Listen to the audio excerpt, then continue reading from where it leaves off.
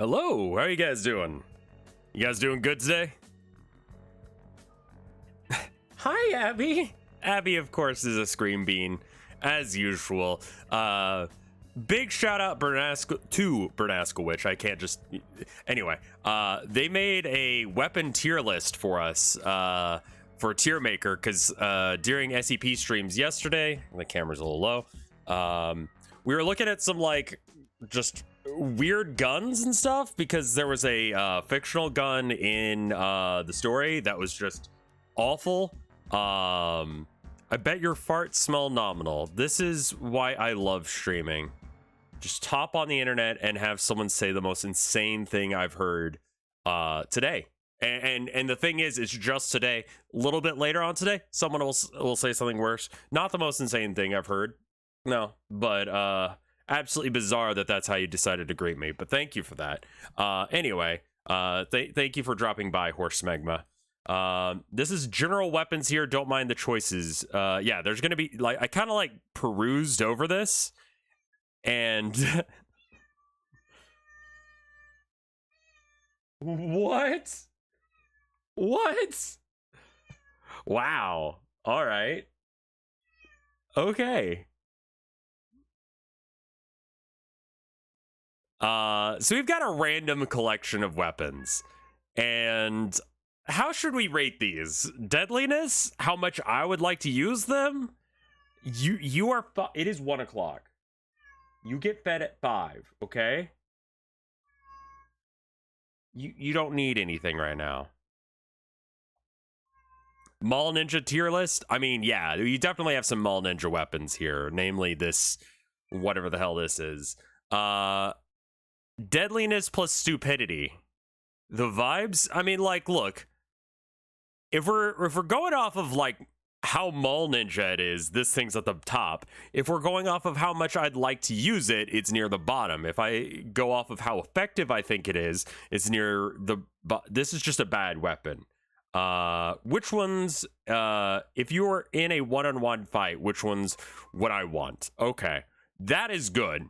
Okay, one-on-one fight with someone, and they have their selection of weapons. So this is really far down on the list, because this thing is over-designed as all get out. We got, like, the skeleton thing going on. I don't know how to use punch weapons like this, like, at all. Like, not a weapon I would ever decide to use. And so I've never... Hi, Abby. You don't need to cry so much. So the idea of using a punch weapon, even if it's something a little bit more normal, like, what is this called? A Kai? I forgot what these are called. They're punch daggers is what it translates to. Just an awkward weapon, and you have to train to use them, and I have not been trained to use them. Qatar, that's it. I have not been trained to use this thing. I have no idea how to use it. I will screw this up, and the thing they say about knives is a knife is a weapon that's about to be turned on you. You know, like, a knife or a weapon that you do not know how to use is going to be turned on you so fast. Like, you are going to absolutely get wrecked by a weapon that you do not know how to use. I think for obvious reasons, we got to put, this looks like, what is this? It's kind of cut off, so I don't get to see the whole thing. We basically have, like, the receiver and the magazine well. Just looks like an assault rifle of some sort. It's an AR-15. Okay. I'm so used to seeing MP or M16s and all that I just didn't recognize that. I would not consider myself a gun aficionado. I am someone who has dabbled in learning it. I own a gun. And it's not by choice, really. I own it because, you know, every now and then you get some lunatic messaging you online saying, like, I know where you live and I'm going to come murder you. Or, you know, whatever. You don't know what, you know, is metal and I'm going to kick your ass. And it's just like, you're insane. Have I ever fired a rifle before? No. But I have fired a pistol before. So it's like that, but more. I've played video games. I kind of get the general idea. And honestly, if I was stuck in a fight, a rifle is a decent style of gun, you know?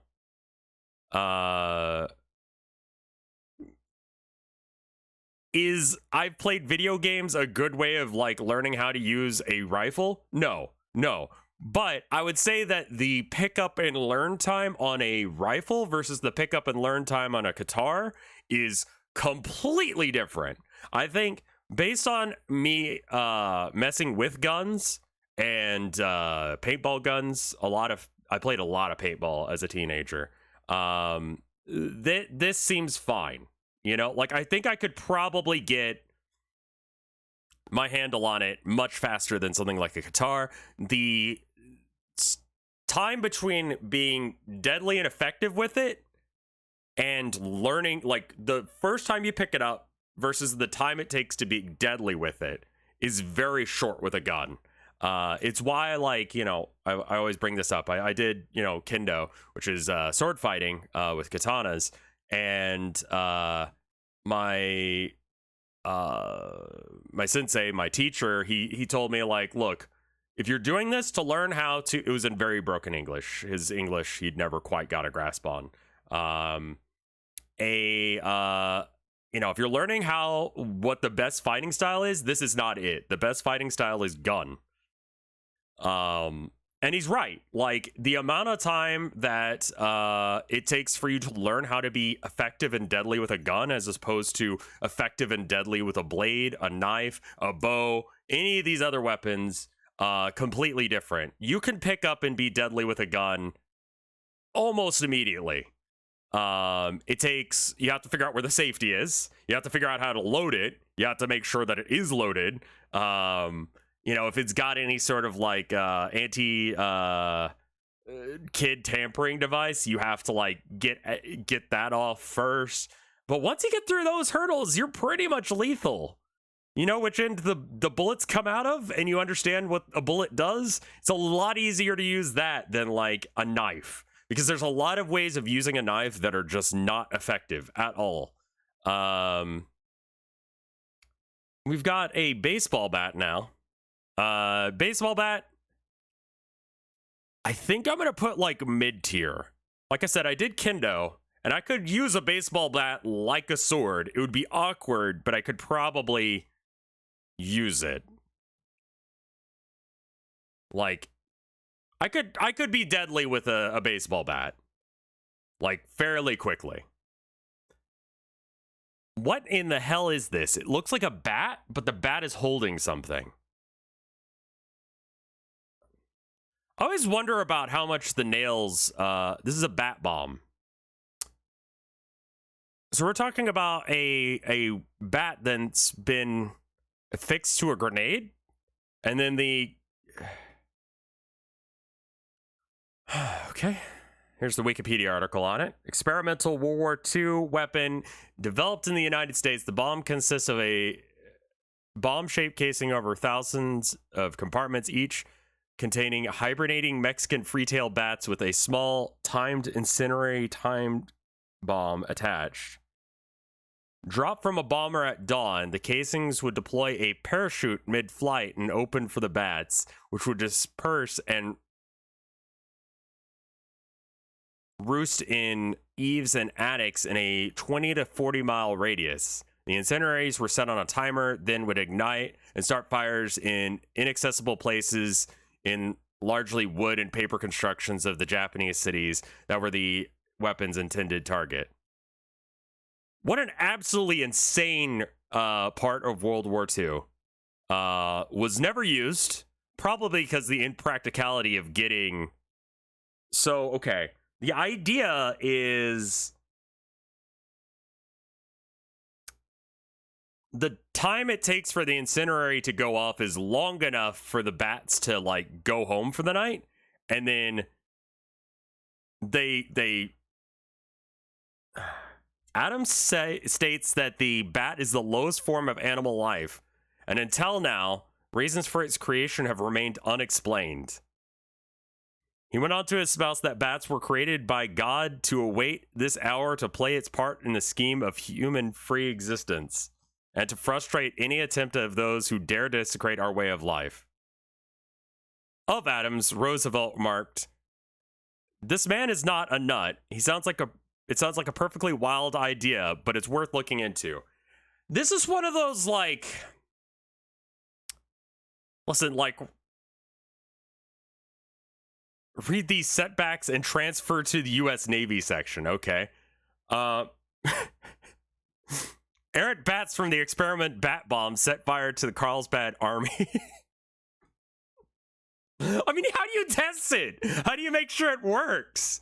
Like, you just set random shit on fire is going to be the problem.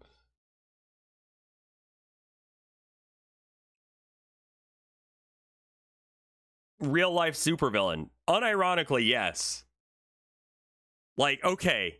So normally when you, like, test a weapon, like, you want to find an area to do it with, but the thing is, bats just, like, you drop them from a plane, which is obviously, like, I mean, we're not getting into the ethical concerns of a weapon.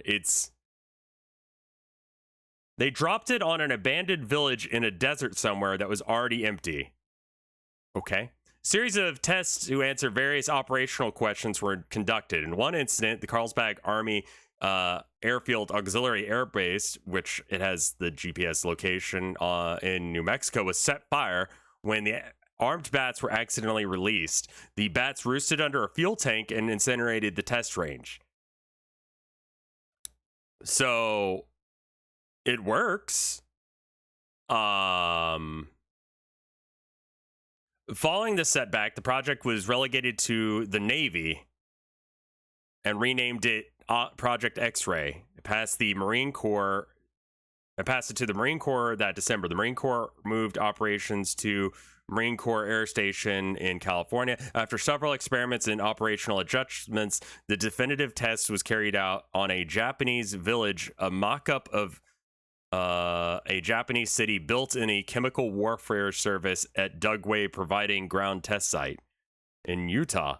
Observers of this test produced optimistic accounts. The chief of incendiary testing at Dugway wrote, "Reasonable number of destructive fires can be started in spite of an extremely small size of the units. The main advantage of the units would seem to be their placement within enemy structures without knowledge of the householder of the fire watchers, thus allowing the fire to establish itself before being discovered."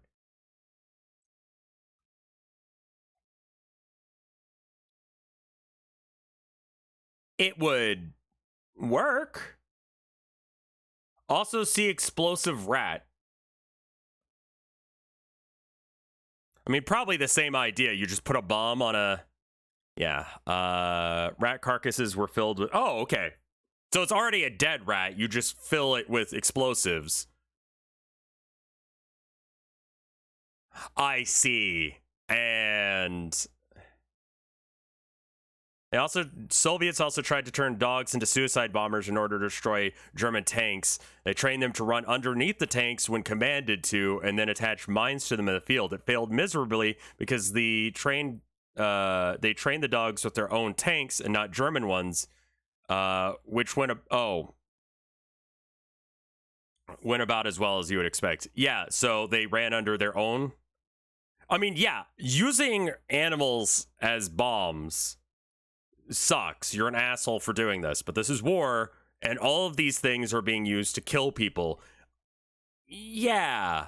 So it seems like the explosive rat is just a regular dead rat that they've hollowed out and filled with plastic explosives, and then they just sort of like put it near boiler rooms, and then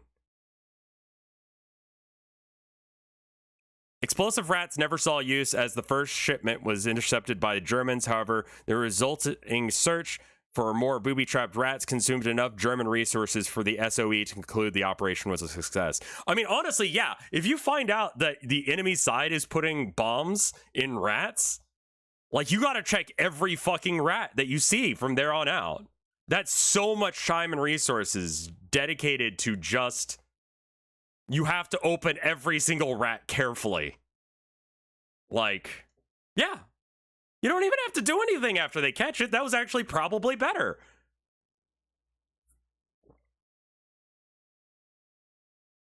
It's almost like total global warfare fucking sucks for literally everyone involved and is best a terrible necessary and not a righteous crusade. Yeah. Yeah, honestly, like, mental damage is like morale damage, and just like the threat of like, what are they even doing over there? We're rating these weapons. Okay, so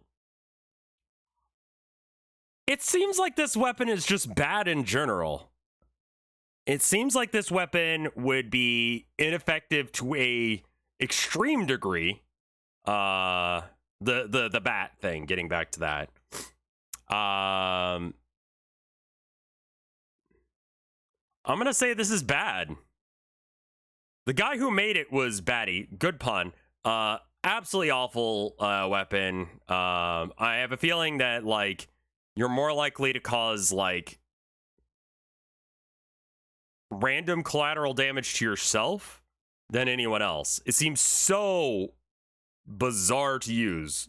Like, it's a great idea conceptually, like to like burn down a whole city, because it's like, what's happening? Where is the enemy? How are they doing this? Like, but again, you can just drop incendiary bombs on someone. Like, just drop bombs instead of this weird bat thing you're doing. Like, the bat thing is just like bizarre. These are okay. So we've decided that I'm going to rate them based on if I had to do a one-on-one fight, would I use them? This involves way too many working parts for a one-on-one fight to be effective. Like, when would I have time to fly the plane and drop the bats, and then I would be there and they'd be there and I'd be like, I guess I'm unarmed, and they'd be like, yeah, I guess you are, and then suddenly everything's on fire and they have a weapon? Like, Battle Axe. I know how to throw a fireman's axe at an effective distance of, I want to say like 20 feet with reasonable accuracy. This is a random skill I've picked up. The double head makes no sense. You're right. It's cute. It looks cool. But when you think about it for half a second, like, I don't like most swords because of the double-bladed mechanic. That means that one blade is always facing towards you, which is like, you know, bad. We haven't really gotten into the cursed weapons yet. These are like normal weapons. Why isn't Qatar an F? Because I have no idea how to use the thing, and you will absolutely get killed by it if you don't know how to use it. Like, don't really need to know how to use your opponent's weapon. It's just you could stab them. So I'm gonna rate this higher than the novelty weapons because it still is a novelty weapon, but I feel like I could more effectively use it because I have trained with axes before, but I don't think I have any way of using these things. So it's like, it's better, but it's still a little bit mall ninja, you know? I'm going to give it like a D. We could bring it up. Boomerangs. Another weird rev fact, I'm actually pretty good at using a boomerang. Boomerangs require a skill set. I'm not perfect with it, but every time I've used a boomerang, barring once, it went exactly where I wanted. I'm going to put this here. A collapsible bow staff. I have no idea how to use a bow staff.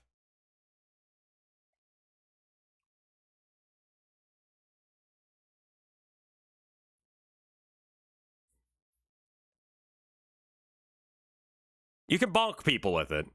I mean, the bow staff. Okay, when I say I don't know how to use it, like, conceptually, I could pick up a stick and try and, like, hit people with it.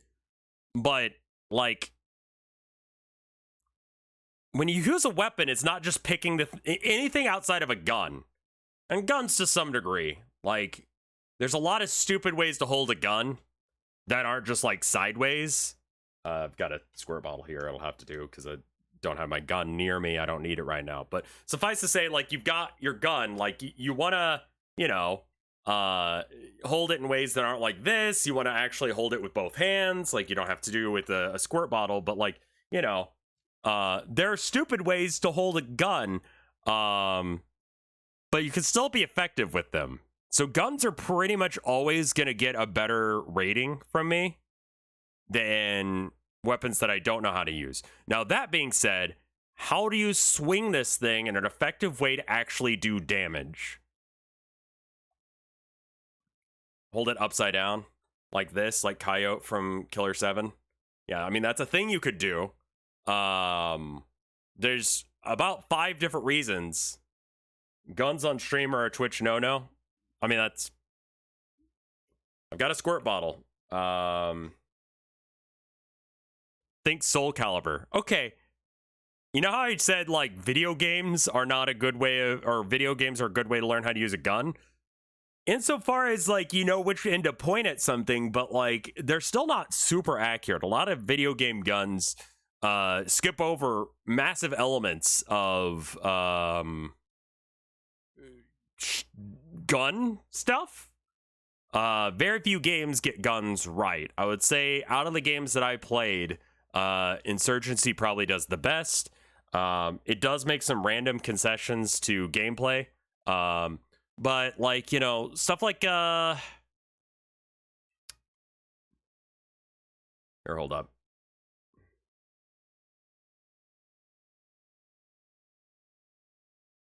All right, so,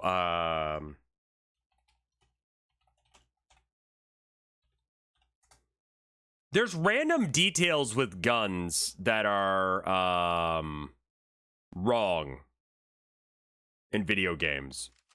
We're gonna look at this this random video. So let's talk about a couple things wrong with this gun immediately. Let me make sure that you guys can actually see all the... Okay, oh, but I'm right over the gun bit. Of course I am. Which one are we on? Which screen region is this? All right, I'm just gonna turn off me for a second. All right, so in the older versions of Counter-Strike, this is just a polygon. They didn't really do... Yeah, obviously left side ejection, but that's because the original guy who made all the assets... This is an interesting fact about Counter-Strike.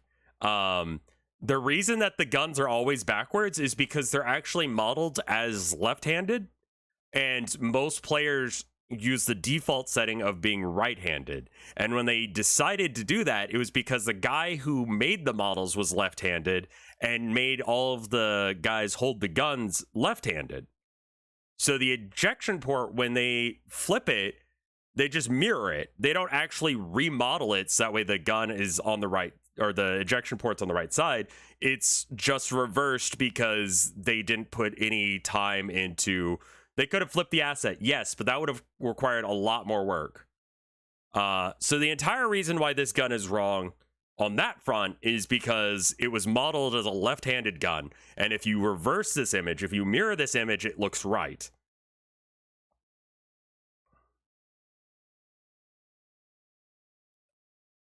The fire selector is just part of the thing. You can't really see it.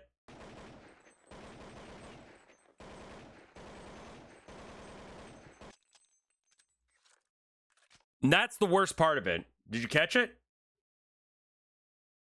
Did you catch the part where they fucked up on this? I'm gonna back it up. Did you catch where they fucked up the gun? Doesn't rack in. Nope, that's not my big issue with this, though that is an issue. To load a AK-47, a Kalashnikov, you have to insert the magazine. So the front part of it comes into contact with the gun first, then you pull it backwards in. You can't just jam it in straight up like that because that doesn't work. You have to like literally like angle it in and up. So you kind of do this like weird action with it, whereas this guy just jams it in straight. These are the kind of things that you don't... If you do this, by the way, the magazine just falls. because it doesn't clip in right. Like it needs to catch on the part of the thing that actually catches the thing. So this is wrong, and a lot of things in games are wrong, and a lot of that's how like every Kalashnikov works. It's just the design decision that they went with. I don't totally understand why, but it is. Fun fact: we learned how to reassemble these at school. Man, Russian school is super different than American school. When someone shows up at a gun in school in America, it's a major event, not like a training exercise. I mean, it's not that major event. We just keep going on with our lives like nothing happened, pretending like we, are fine with it. Anyway, so what I'm talking about when I say like it's easier to pick up a gun and use it,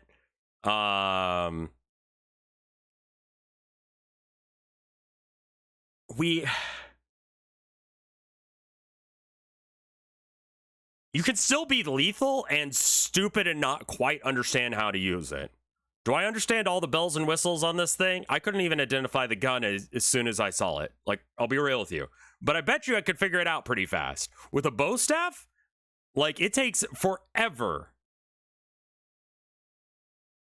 You know? Guns have bells and whistles? Yep, and sleigh bells. Yeah, I mean, for the most part. No, it doesn't? Okay. A staff, to be effective, you can just hit someone with it, but its strength really relies on its configuration and how much swing you can get with it. Whereas a baseball bat, like, I've seen people use baseball bats enough. I want to say that this is somewhere in this region. I don't know how the breaking apart thing would affect the stability of it. I feel like collapsible would make it kind of awkward. Read my previous message, please. I'm sorry. There's like a couple hundred people here. I'm going to miss stuff. Not to stun lock, but have you ever seen Forgotten Weapons video on the Clash from Hell? I have not, no.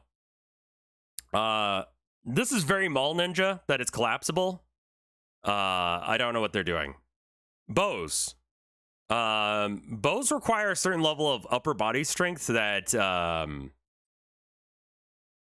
beep beep do not have. So aside from the training that it takes to use this thing, try jerking off more.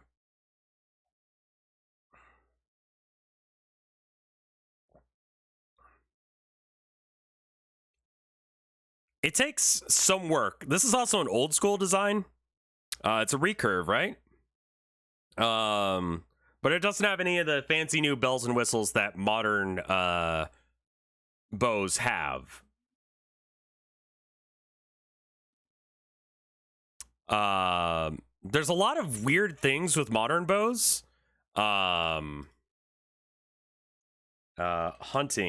bow. That'll probably get us what we're looking for. So hunting bows look very different than what we just saw. And the reason for this, if I can get it to actually center on screen some, is, and again, I am not like a guy who has ever fired one of these. I've never like touched one. But this whole assembly here, this whole situation means that you can get more poundage per shot. Like, you get more lethality out of it on a weaker guy. Old school bows, like the kind that we're looking at here, you actually have to have like strength to pull off. This, you have to have considerably less to have lethal ability with. Some people can't even draw bows. There's certain bows that have like exceptionally high, like I think bows are usually done with like different strength. Like people talk about the pound stuff.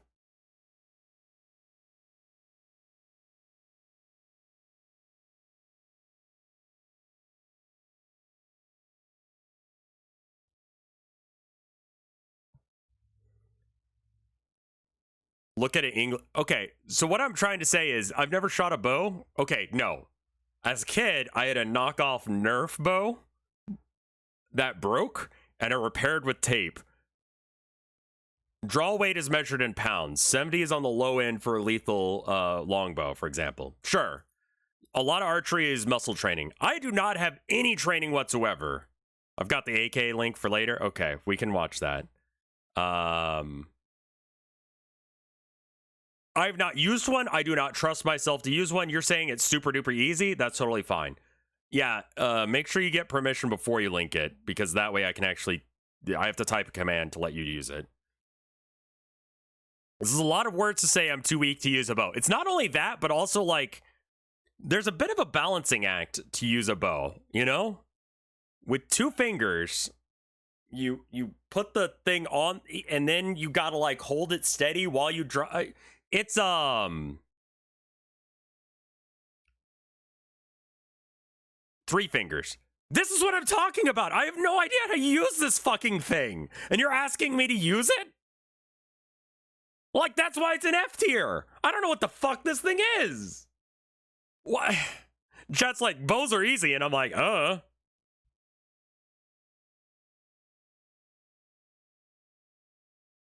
punching glove. Awful for... Okay, so the whole point of a boxing glove is that the lethality of like a bare fist is taken down a notch.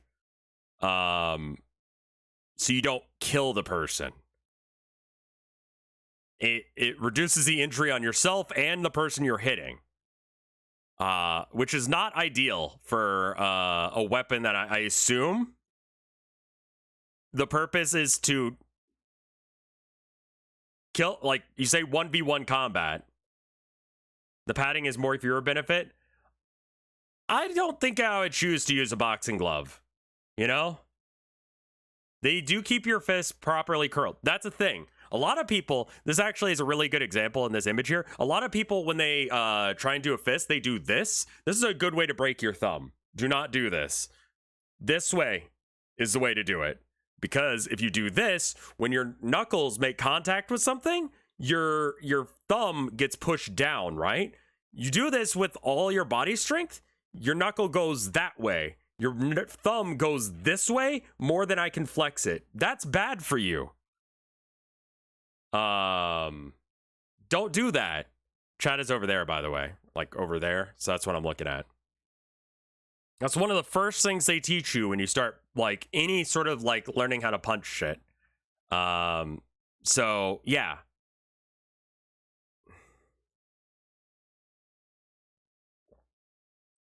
So, don't do this. Do this. This is off topic, but Rev, I need your opinion as a creative artist. I should start a world building, a hard, realistic solar system for a large scale story project I'm writing right now. Should I wait until I finish the semester of basic geology I just started to have a better understanding how planetary formations work? Can you work on the other stuff first? Like, if you're concerned, just say there are planets and ignore that for now and get all the other stuff done. If you're going to do sci-fi, how do they get from one planet to another? Like, work on that stuff, and then you could maybe learn. The story revolves around space exploration. Right, so they're going to go to planet, right? So just ignore what's going on with the planets themselves. How do they get there? What do they do in their off time? What do they do while they're driving? Figure that stuff out, and then as you learn more about how planets are formed and all that jazz that I don't understand, you can, you know, just accept that planets exist and do the other stuff.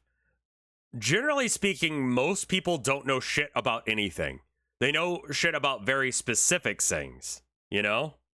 This, for example, the Counter-Strike gun that we're just looking at, a lot of people learn something there, I'm sure. But for most times, for most people, this is fine, you know? It doesn't matter, you know? And it's something that I really focus on whenever I'm doing, like, a realistic painting of a animal, is I try and, like, understand how the animal works. to some degree, so that way I can actually represent it to a level that someone who has some knowledge of it, you know? And yeah, it also doesn't matter too much. Counter-Strike is not a it does not present itself as an authentic, realistic gun shoot game. It's not a simulation. It is a competitive first-person shooter, which is a different genre. It's a different concept on what is important. The clarity of what's going on with the gun, as well as just, you know, yeah, and it's a sliding scale, you know? That you have like the uber realistic stuff down to like the very arcadey stuff, and Counter-Strike is definitely on the more arcadey side with stuff like Call of Duty and stuff like that, where the gun might look right, but that's just because you don't know shit about guns. And it may feel right because it's big gun, it has big shoot, you know? And legitimately, part of why I got into arms and armor is so I could understand how to draw them better for my art for D&D characters. Exactly. And that's kind of a lot of my experience with this. So, good old knuckle dusters. Pick some up before. They are illegal in Texas. Bizarrely, because I can have a gun in on my hip at all times, and that's super legal. And having knuckle dusters on me, not legal at all. But that's just a weird quirk of Texas law. Hey, Luigi guy. You can have a folding knife. The specific type of knife that I've got is legal to conceal carry in Texas, as far as I'm aware. Don't take anything I'm saying as like a thing. So, but if we're in a combat situation, like, that's also, like, unsurprisingly, murdering someone, is that legal to show on Twitch, though? It's fine. I'm not stabbing someone with it. I'm just showing it as a reference point.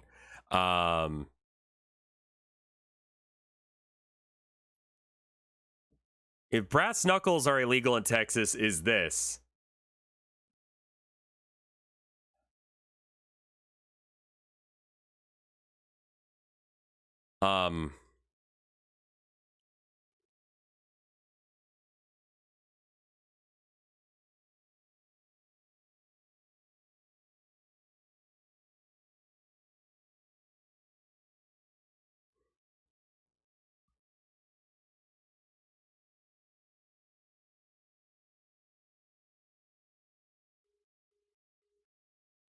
Lots of scam calls today.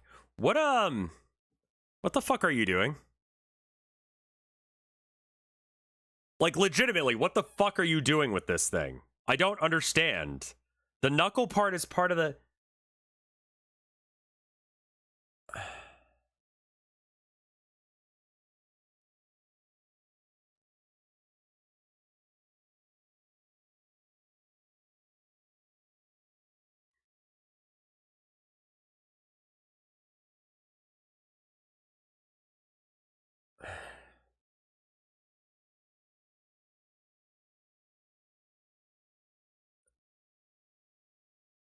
This is a lot of steps to pistol whip someone. There's no trigger grip. I noticed that. Which I believe is a concession in order to make it brass knuckles. You know what's better than brass knuckles? A gun.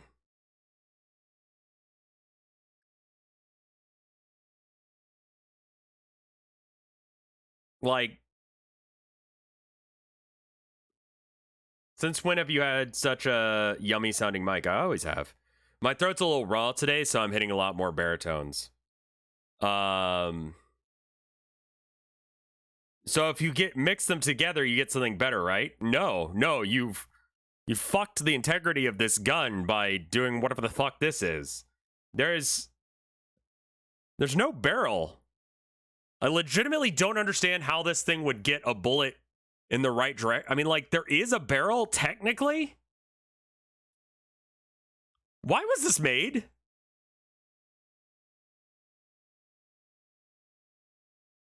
Oh, it's French. Okay. A pepperbox revolver using a pinfire cartridge incorporates a fold-over knuckle die. Due to the lack of barrel, the revolver's effective range is very limited. Yes, it would be.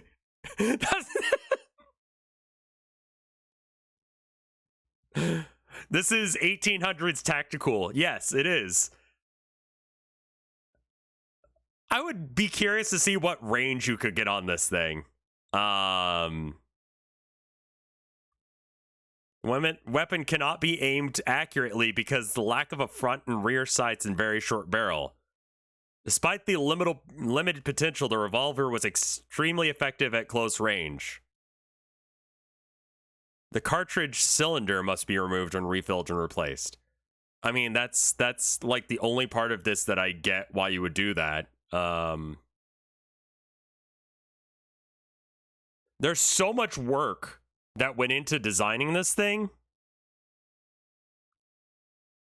The 9x19mm Parabellum revolver of similar design was allegedly used by British commandos in World War II, though the exact stack... Okay, what is this?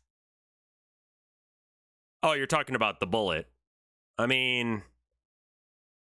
Wait, what? I didn't read... Oh, there...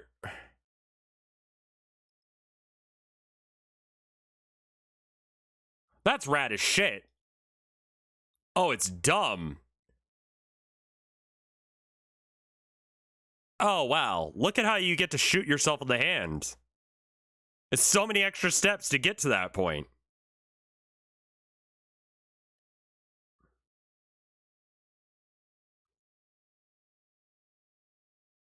Okay, so here's my understanding of what this is. This is the trigger, this is the barrel.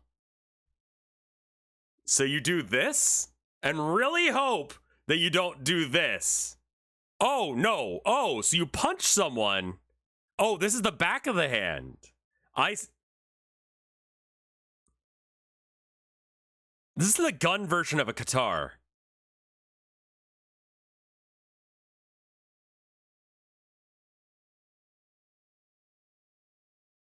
So when you punch someone, it presses the trigger in, and then the... That's a very fuck you specifically weapon.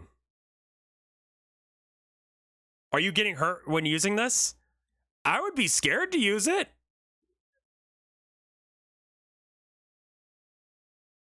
Imagine putting your hands on your hip. You're wielding this thing dual akimbo, and you're just like, hum! And you're like, ah! Because you shoot yourself twice.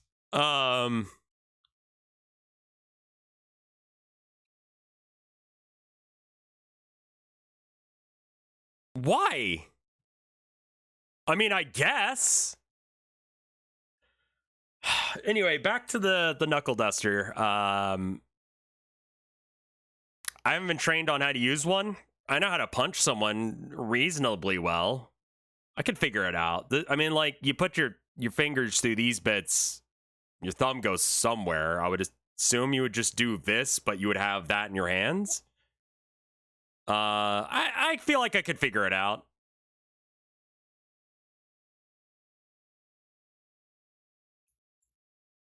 Chainsaw. Rad weapon. Cumbersome and awkward. The thumb goes in the bottom hole.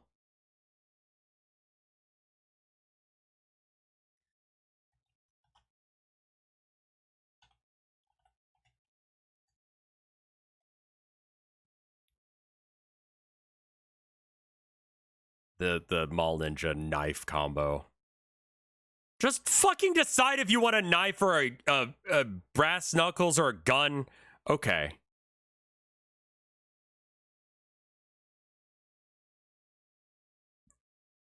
Is this how you're supposed to hold it?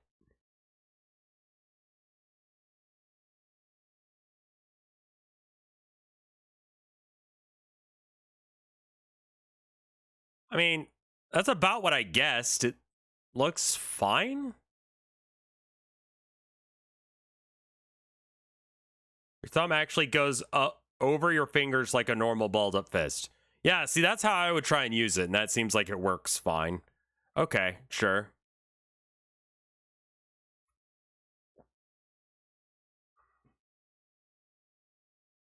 Yeah, I've never used a chainsaw. It's not exactly a stealthy weapon. I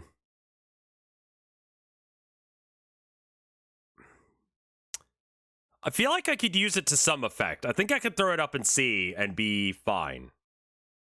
Do you have submission rules for Laugh You Lose? No copyrighted content. New rule, nothing that you made yourself. Because the whole point for me is to not laugh. And that's gonna hurt. That's gonna hurt real bad when I don't laugh.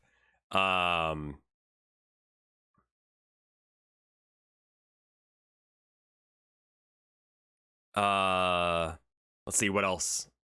Keep them short, 5 or less minutes. If after the first minute or two I'm not laughing, I'm just gonna drop it. You know, like keep them short. Don't post whole series, because if the first one doesn't get me, the second one's not gonna get me. There's a section on the Discord. If you want to use it. Also, this is awesome, by the way. This is cool as hell. They added me very recently. Where is it? These are all Carmen Rider weapons. Okay, I just searched weapon. Yeah, look at this thing, man. This is rad as hell. I like this design right here. This is cool. Like really cool stuff going on with that design choice. They don't know what to do with my root yet.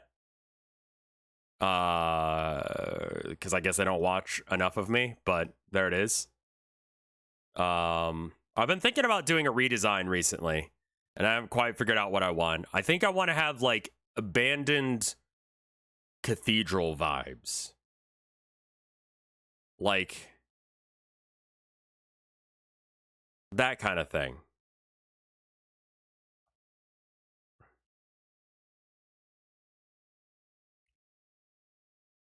But yeah, I feel like I could use a chainsaw well enough to be like lethal with it. This is just a better version of a baseball bat. It's a mace. I could figure this out. Do you have a fan art tag on Tumblr? I will search RevScarecrow for it, generally. Truncheon, that's the correct term, yes. The spikes seem unnecessary? No. No, if you slam a spike into someone's face, like it's not just the connection, but also like if you do a grazing blow, it's still gonna hurt. Whereas a grazing blow with like a baseball bat might not. You're gonna like rip some flesh with the spikes. Like that's gonna suck. Is the spike necessary? Not really, but it's gonna hurt. You know? It helps. Crossbow. You know everything I just said about the bow? Same shit. It seems like it should just work like a gun. It's not. It's a lot more work than that. And the thing about it also is that you have to kind of stand on it. I mean, this looks like a smaller one. It's kind of hard to get a sense of scale, but based on the trigger, the size of it, you put it on the ground and then you use your foot to pull it. You know, I mean, this one's smaller, so you wouldn't have to do that, but it's designed to use less strength. Right. It's easier for training. I've never used one. And if I'm going to go into a combat situation, I want to have something that, like, if you're like, all right, now that you're done with the stream rev, you have to use the weapons that are at S and A tier in order to use this, in order to do this combat. I'm not going to pick anything on the D and F tier as a weapon for various reasons, you know? Crowbar, Gordon Freeman, classic. Have used crowbars, not as weapons before, but I think if anyone's ever picked up a crowbar, they definitely go the you make like Half-Life sounds with it. I feel like it would be less effective than a baseball bat, though.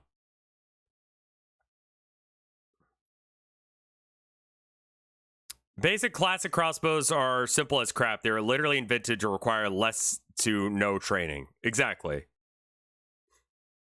Yeah. I feel like I could use a baseball bat a lot more effectively, you know?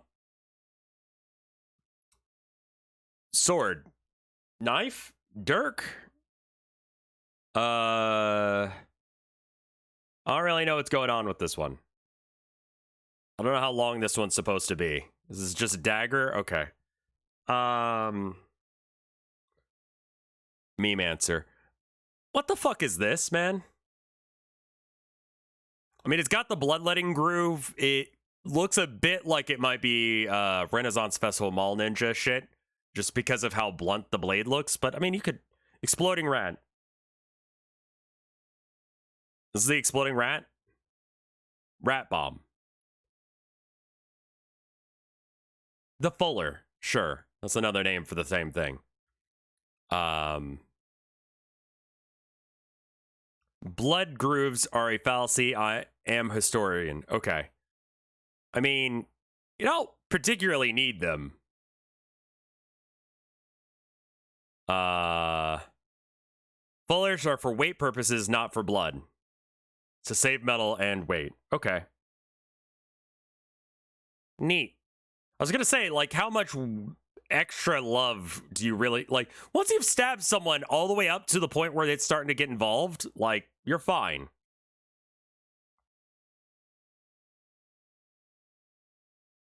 Okay. So, rat bomb. I'm going to put it in D tier just because I think the idea of throwing a rat at someone and them just being like, what the fuck? Imagine being in combat with someone and they just pull out a bag of rats, like dead rats, and they just start chucking them at you. Like, there's definitely a moment where you're like, what the fuck is happening? And that's the time you have to strike. So, I'm going to say it's more effective than anything in F tier just because of the confusion factor. Like, literally, whoa, rat be upon you. As a weapon choice.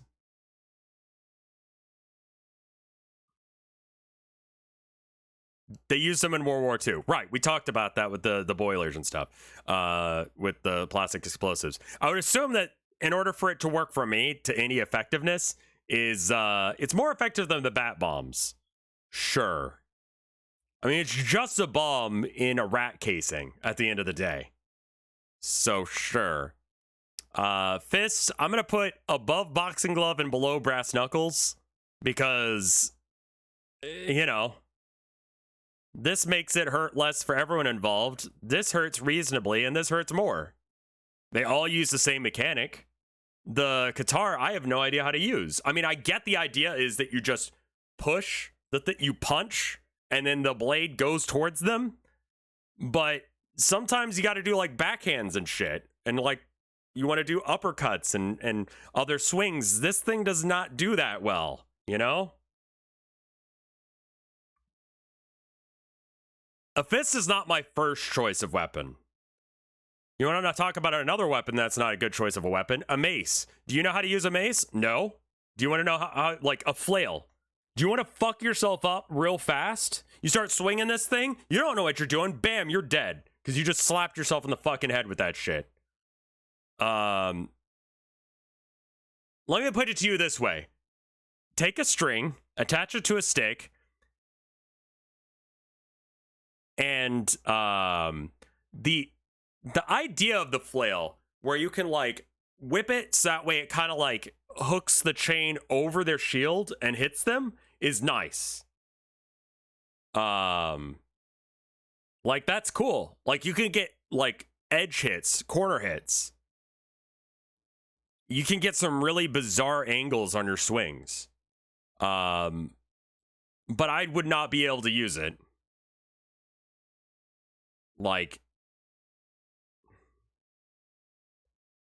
yeah, like, why don't you take, like, a piece of printer paper tape it to a piece of string, tapes that string to a stick, and try swinging this thing around without hitting yourself. Flamethrower, most fucked up weapon that we've decided to make in recent memory. What if setting someone on fire wasn't good enough? What if you wanted to set everything in the journal area on fire? An interesting fact about flamethrowers is that the idea is that it's not like gasoline, or like lighter fluid, where it's just like a liquid. It's like a sticky tar substance, right? And the idea is that the goop won't all catch fire at once. You just kind of like spew it out, and some of it will be on fire, some of it won't. And the stuff that isn't on fire yet will be caught on fire by the other stuff that is on fire.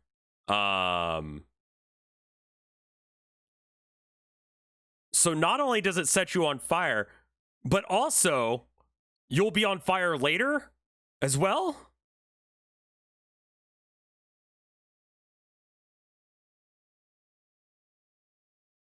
Yeah, when flamethrowers don't leave fire on surface, that's how you know the game is made by a gamer and not by someone who's studied guns.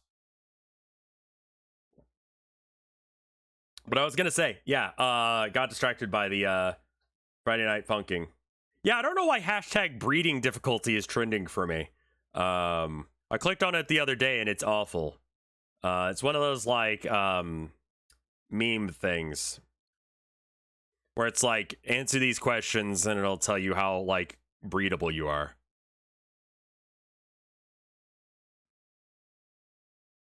And it's like, okay, internet, you guys need to go outside. There's a media sharing suggestion, media submissions section of the Discord. And you want to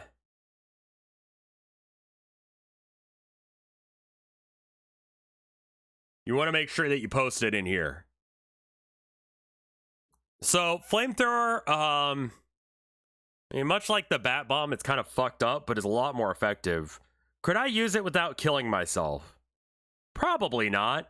I'm going to put this in C tier. I feel like it's like a chainsaw in that it's incredibly awkward.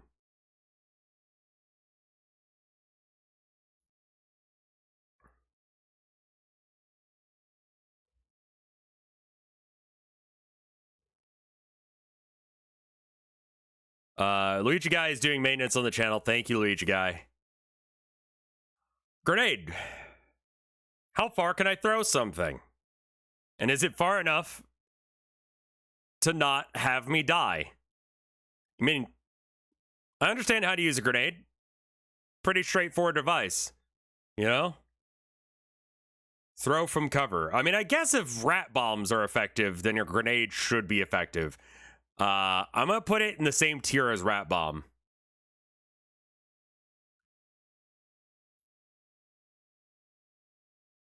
Yeah, I feel like after you've thrown one rat bomb or grenade, the surprise factor is gone, you know? I always pronounce this word wrong. I'm gonna call it a pole arm, so I don't actually have to pronounce the H word because I do not know how to do it.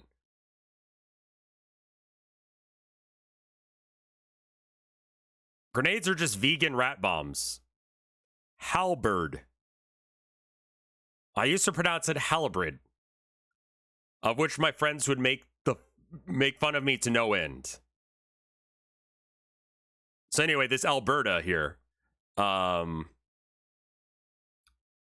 don't know how to use pole arms for the same reason that I don't know how to use a bow staff. You can roleplay as Lu Bu with this. Do not confront Lu Bu. I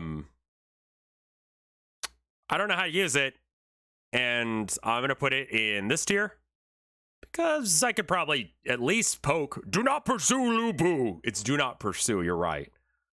Katana, kind of hard to tell. Looks like Mall Ninja shit. As someone who has a black belt equivalent, They call it something different in Kendo, but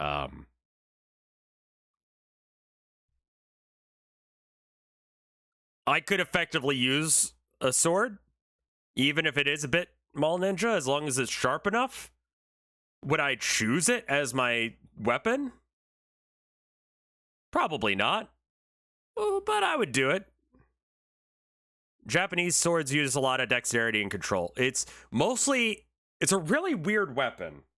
Do I have anything that I could use as a proxy? Okay. So when you hold a katana, you don't hold it like this, right? Like you would a baseball bat. With a baseball bat, you hold it like this, grip into it real good, right? A majority of the control is done like this. And so a majority of your power is coming from your pinky finger. Super bizarre, right? And then the right hand is the one that actually controls where it goes. The power comes from your left hand. Your aim comes from your right. If you want to do any sort of flicks or anything like that, you use the right hand. It's a very bizarre weapon, and it's a more dexterous weapon than that's why Yakuza cut the pinkies as an apology, right? You can't effectively wield a katana anymore, which is symbolic, I suppose.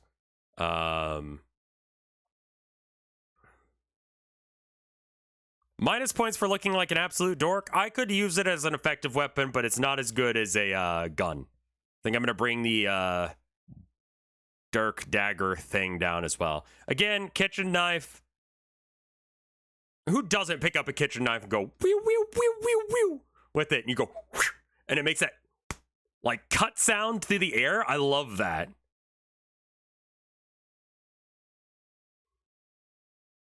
So whereas, and a lot of like the ill-informed conversation about European versus Japanese swords comes without the context of the armor that was being used at the time. European weapons, and people in chat who are, you know, probably better versed in this than I am. My understanding of how European swords work is it's almost as if it's like a wrestling instrument. And it borders on being a club. Like Japan's like swords were built mostly as like almost like unarmored combat a lot of the time. And yeah, you would always carry a couple swords. It's fine. But the thing is, like, you're not trying to cut plate mail with a katana, because that wasn't a thing. They didn't have that, so you don't need it.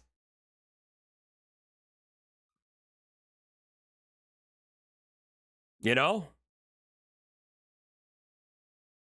Yeah, longswords with armor in HEMA, historical European martial arts, you end up grappling and using the sword as leverage to knock the other guy down, because the sword's not getting through that. But once you get to all the gaps in the armor, then you can start doing stuff. They were sharp, but like, I mean, listen, if you're gonna just swing a sword and you hit someone and they're in armor, it hurts. You know, in Kendo, we wore a sort of plate armor made out of, I think it's made out of bamboo. And like, I still have scars on my hips from where the armor would bite into me. And I would imagine if someone was actually trying to kill me, like, even with plate mail on, it doesn't matter. That's gonna hurt. Like, repetitive like strikes are gonna disorient and fuck with you. Can I effectively use this weapon? I probably won't hurt myself with it. I feel like a lot of the things in C tier are like, this is a decent weapon, but I'll probably hurt myself with it.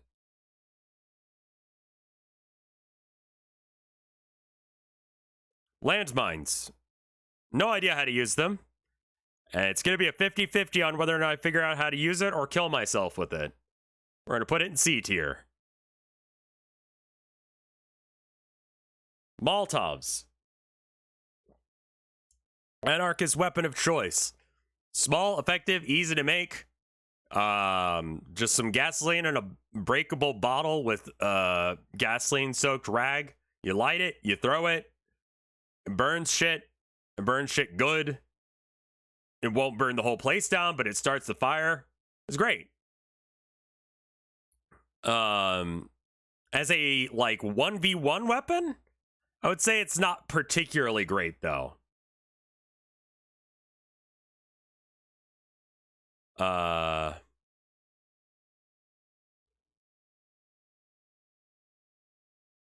Like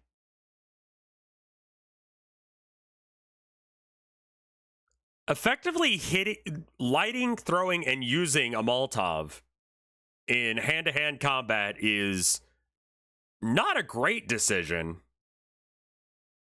I'll put it in B tier, but it's an honorable S mention for sure. Nunchucks, I think. Yeah, this is not a good weapon to like kill people with. You know? Is this a butterfly knife or is this... What is this? Butterfly knife. I would love to have a butterfly knife. I believe they're still illegal in Texas. I'm not sure. Ever read Mad Jack by Churchill? No. This is nunchucks? Okay. Okay, so Renascal Witch, the person who made this, says these are nunchucks. Talk about a weapon that you fuck yourself with if you don't know how to use them. You can see the chain? It's a very small image on my screen. I can't quite see it, I'll be honest. Very much like the mace is a weapon that if you don't know how to use, you'll just end up smacking yourself repetitively.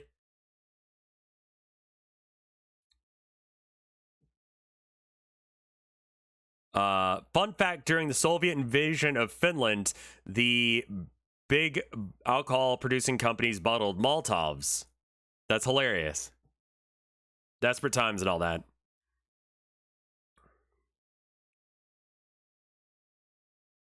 Yeah, I mean, a nunchuck is just a flail that you can grip either end of. It's something you have to train with in order to, like, be effective with. Pepper spray. Pepper spray is one of those weapons that, so it's a less lethal weapon. We're gonna talk about less lethal real quick.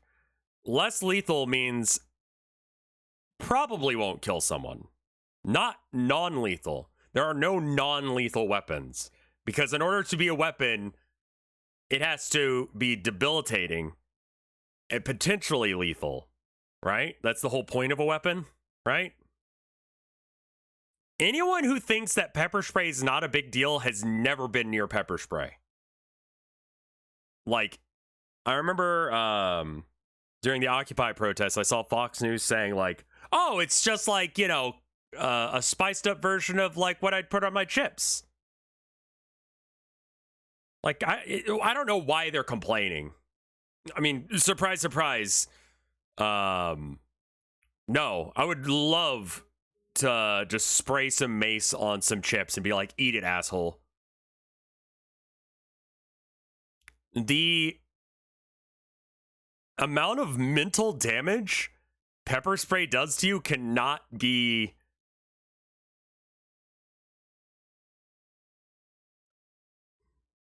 You ever eat anything really hot and you just start coughing and you can't stop? What if that was, or you like eat a pepper and then you get a little bit on your hands and then like you kind of like touch your eyes and you're like, ah! What if that, but instead of just being something that was meant to be like spicy, it was meant to literally hurt you. Whereas a pepper is just meant to be delicious and can do damage. Pepper spray is meant to like cause damage. It is chemically altered to be worse. So whatever the worst experience you ever had with a pepper has been, legitimately so much worse from pepper spray.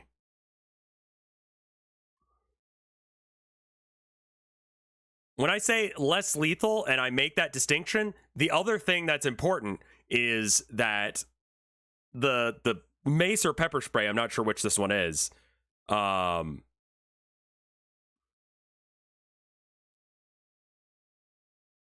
It because you're in that intense amount of pain, all you can experience is blindness, the inability to breathe, and pain. Excessive amounts of pain. Everything involved with this thing is designed to debilitate you. And the average response to being pepper sprayed is panic and attempting to get out of your eyes, which just spreads it, and striking anything that comes near you, right? This makes helping someone who has been pepper sprayed very difficult. This comes from me as being a street medic for a while. And the reason that, like, my logo is a gas mask is because I used to wear it a lot when I'd go to protest, because this thing fucking sucks, dude. If someone sprays you with this or tear gas, your day is fucked. And the thing is that this sticks to everything. If you're gonna go to a protest, do not wear wool, because if you wear wool, just like water, this stuff will be on it forever, right? It'll always kind of be in there for the next, like, few hours. You can clean it, but pepper spray is chemical warfare. Agreed. Mad Jack Churchill carried a claymore longsword and a longbow, captured a German artillery bunker with them. Gear added, last recorded kill with a sword and bow in military history. I think I had heard that, yeah.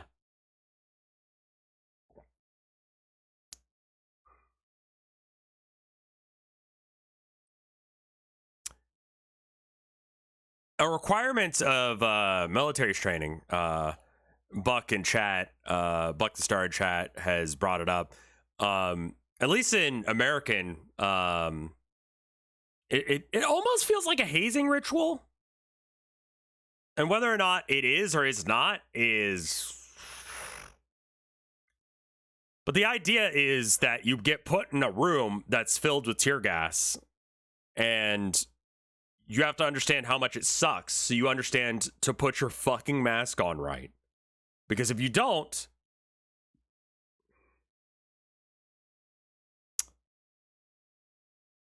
Could I use pepper spray effectively? Probably, but the chance that I hurt myself is pretty high. And I don't feel like, and again, like I said, it's less lethal, meaning that you can die from it. If you have asthma, if you have lung problems, if you have any sort of issues like that, like, get ready to die, because this shit will fucking kill you. Like, almost every time I hear about a protest going down, I hear about someone getting horribly injured by this shit. It's awful, man. And it really should be considered a war crime, but at least by police use. My concern with this weapon, as far as, like, you know, yeah, everyone can use it, but I feel like the chance of me going into melee with them afterwards is kind of the idea. Like, okay, how about we put it up here? It's probably a little bit easier to use than a flamethrower or a chainsaw. Asthma is no joke. Yeah, and what if instead of it just being like, oh no, my allergies are bad because I have asthma, which, don't get me wrong, is bad. I don't have asthma, but when I was a kid, I had, like, a very minor form. What if something was designed explicitly to fuck with everything going on when you feel shit, just to make you feel worse? Opinions on civilian weapon defending against attackers. I don't have as much of a problem when it's used in personal use.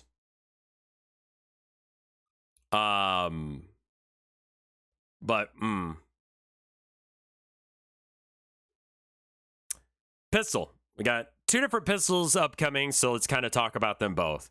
My gun knowledge is not as strong as it should be. This is some little dinky compact pistol, sure. I mean, doesn't really matter. It's a pistol. You know, I own a pistol, so I could use this because I've trained with a similar enough gun that I could probably use this. I'm actually going to put it at the top of S because it's a magazine-fed pistol. I can figure it out, you know? Like, I have one. That's what I use. I could figure this gun out a lot faster than a rifle. Just because I personally have used it, and yeah.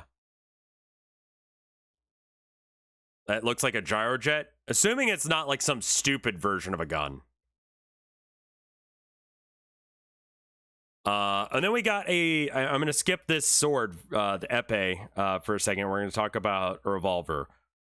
Cowboy? Gunslinger? You got like some like cool guy points for using a revolver. It's kind of my choice of weapon when I get to choose one in a game like this. I love revolvers in games because the most annoying part of a revolver is the reloading part.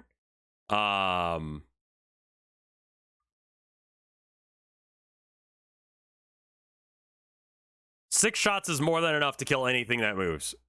True. The way you type that out makes it seem like that's probably a meme.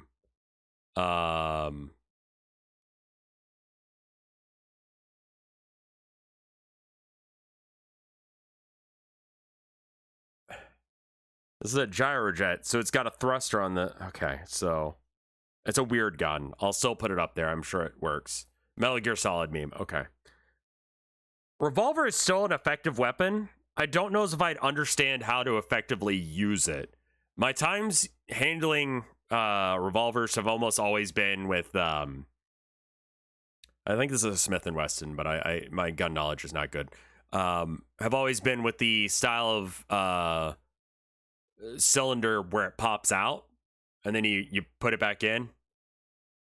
Gyrojets look nothing like that. Okay, we're putting it back up at the top and we're not moving it again. I feel like I could probably use a rifle faster and easier than this because this design, while good, is antiquated. It is awkward to actually functionally use. I mean, if it's already loaded, we're golden. I get 6 shots and you can either figure it out or I don't, you know?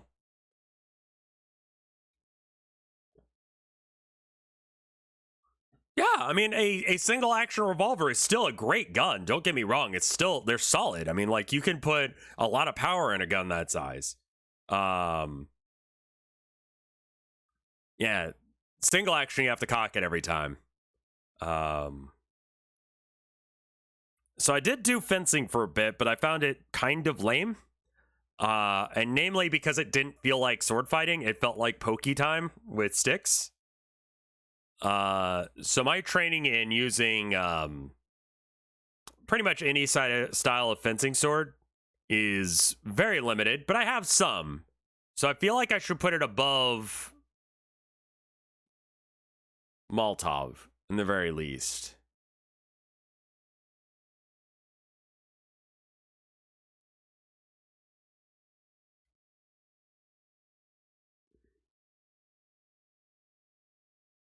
Why use a revolver when you have my 2 World Wars 1911? Rapiers are the slashy ones. And again, I don't remember. I mean, like, when I took fencing, I was early teenager. Would have been the equivalent of, like, middle school when I tried to do fencing. Epee is the pokey one. Rapiers are the slashy ones. It's hard to kind of tell what I'm looking at, but I assume that it's one of the two. RPG. This is an old school one. This harkens back to like World War II era kind of stuff. Because it's got the wooden heat dispersal at the back and the shoulder grip for it.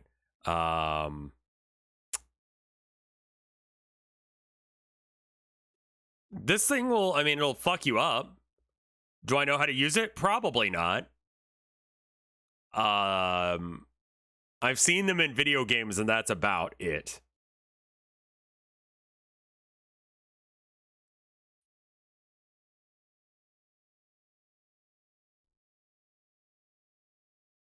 There's more than one ammo type for an RPG. Yeah. You have your ones that can be bolted onto the bottom of like barrels of guns. RPG 7, so this is a 7. Because okay, so that would put it later then, because it was like the 6 that was in more modern use than 7. It's not held in an intuitive way at all, and the backblast will kill you. These weapons are not cursed. No, we can get to some cursed weapons in a minute.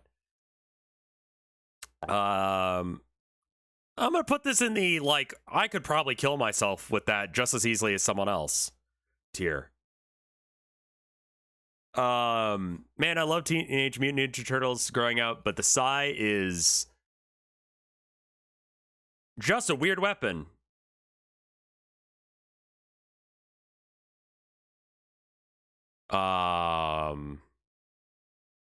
It's like a parrying dagger.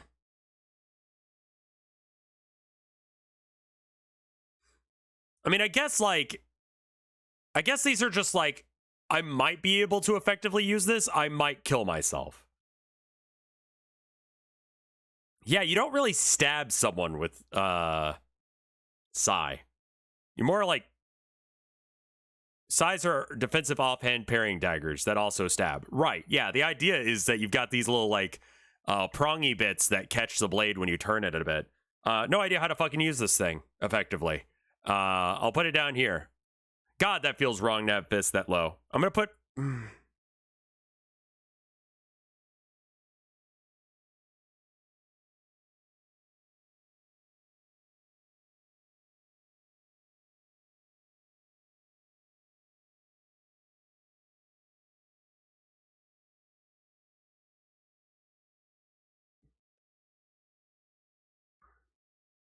Fist should be a middle point.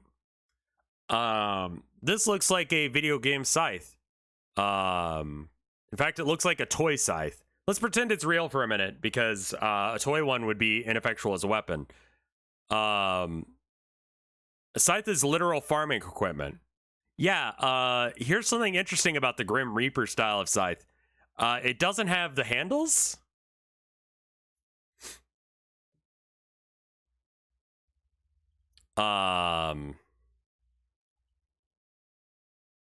Forgot to see. So here's the thing about scythes, right? $289. Holy shit, what the fuck? Okay, yeah. So you see how it's being used? This is how scythes are supposed to be used.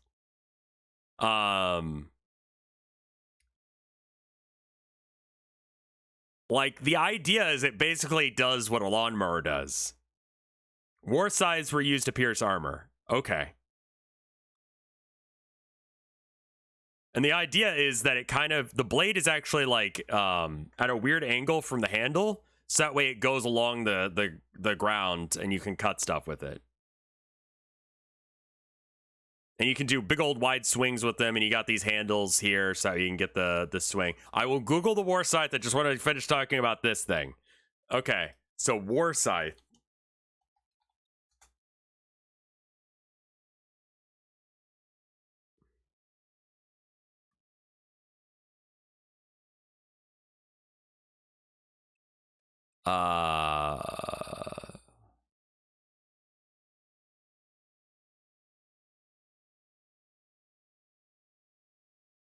Can I find one that's not fake? I mean, it says something about, like, the effectiveness of this weapon and how much of a meme this is. Like, people give katanas a bad fucking reputation. What is this? This is cool looking. What the fuck? This is a cool ass looking. Look at this mini. This is great. $10? That's not bad at all. Is this just the STL? Oh, I'm gonna go ahead and save this for later. That's rad as shit. All right, anyway. Oh, how big is it? 17 millimeters on one end. You pass 10 real ones. Okay.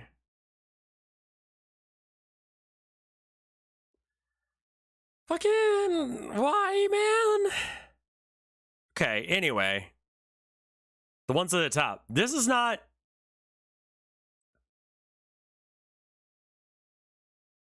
This is not what I was linked, though. This is a completely different weapon.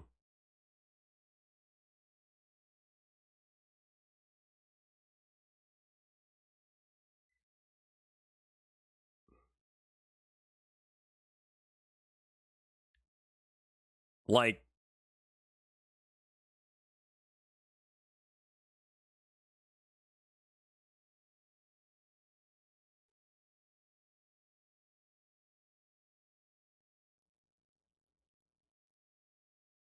it's pretty much a site that keeps... Yeah, here's an issue with the type of site that was linked, right? Blade. Real? Do I need to put real in?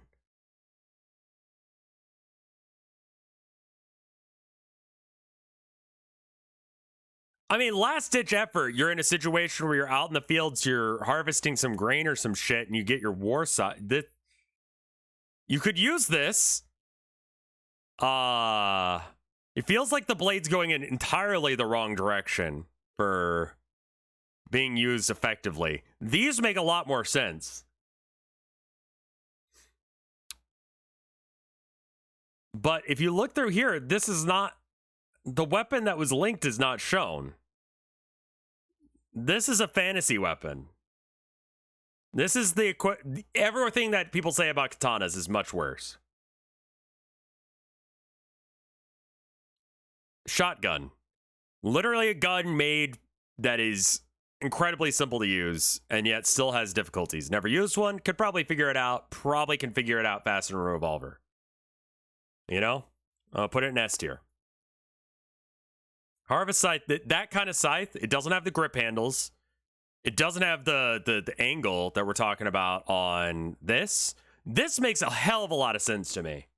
It's basically like a swingy sort of spear. I get that. Like that makes sense to me as a weapon that you could use. This thing makes sense. The thing I was linked is not that though. It's a poleaxe, yeah. Ninja Star. No idea how to use it. Rank the specific gun. Ooh. Okay. It doesn't immediately look like shit. What's going on with it? The Dardic Tround. Love the name. Dardic. Dick. Unique firearm cartridge developed by inventor David Dardic. He got made fun of for that. For use... Or simply Tround. Triangular round. Used for open chamber firearms. Named for the convex triangular shape, the Tround allows the firearm chamber to be open on one side, removing the requirement for reciprocal motion when chambering and injecting the... Oh god, why? I just realized how this works. Okay.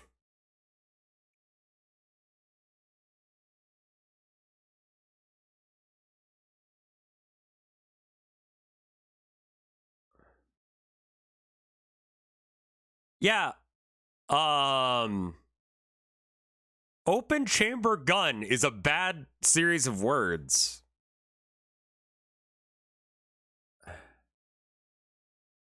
Like,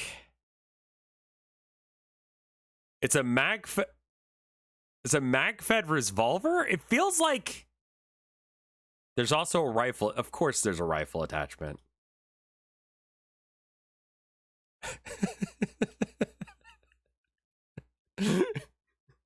I mean, I guess.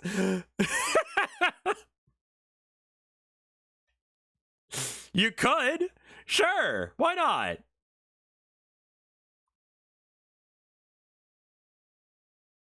Oh, I completely misunderstood how this works. This actually helps quite a bit. So it's a magazine-fed revolver. And you have to stack the bullets in. Like... Okay. This is less shit than I thought it was.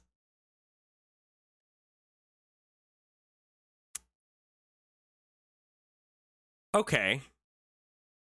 It's a 15 shot capacity double action 38 to 22 with a 38 6-inch tapered barrel. I mean, this isn't the worst thing I've ever seen.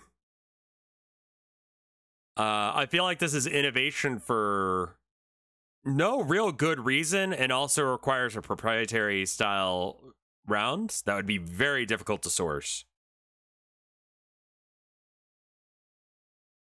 The feeding mechanism just looks like a mistake. If the thing doesn't fire and it doesn't eject, then it's here and your entire gun jams, and I think you have to strip field it in order to get that out. Because imagine if what if there was another round here? Is it caseless? I think that's kind of the vibe they're going for. Someone was saying the cartridge is made out of like resin or something. They made a large amount of rounds so people would be open to actually buying the gun.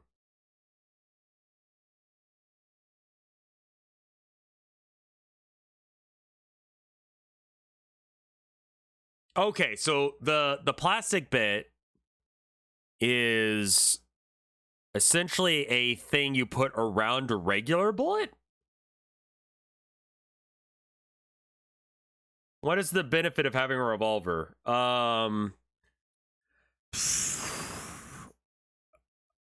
First off, it looks cool as shit. And that's really important. It does a little spinny thing. It's also very hard for it to jam. And if it does jam, you can manually like push the cylinder around and it'll be better. The magazine can do something weird. On a magazine fed. It's it kind of brings into question why the fuck you would do this in the first place with this gun, because you've taken the bad parts of a revolver and you've added them to the bad parts of a magazine fed gun. Like, you've got the added benefit of having more bullets with the downside of more jamming problems. Let me guess.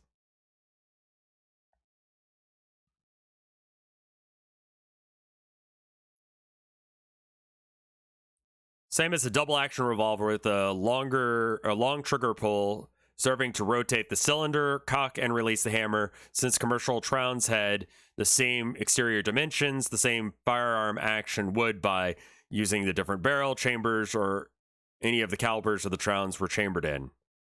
Had 10 round magazine. I fucking hate round as a word. Did this company go bankrupt from making a really stupid gun? Despite its revolutionary design of the round and the firearm, the ultimate demise of Dardic was due to its unfortunate aesthetics. It was ugly. Also, plastic cartridges warped over time and would not chamber properly, resulting in the cylinder to lock up when it rotated. Yeah. You know why metal is a really good thing? I mean, ugly is a personal choice. One of the nice things about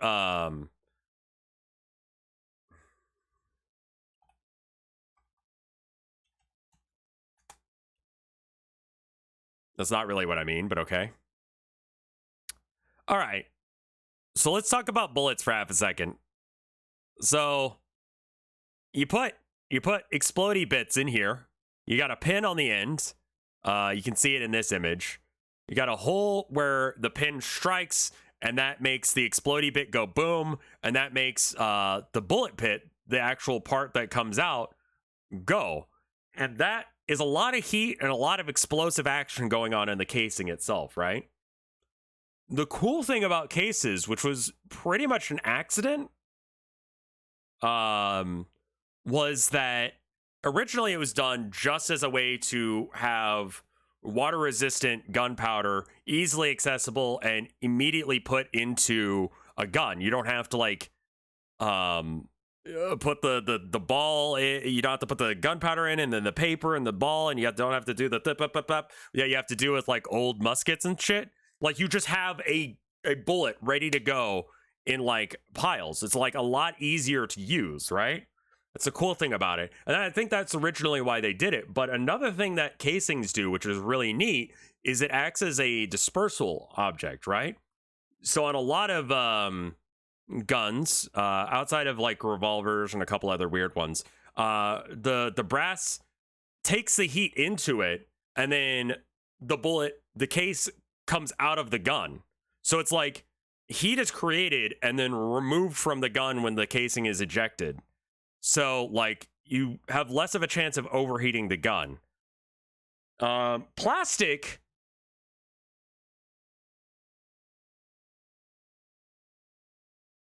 fucking doesn't have that.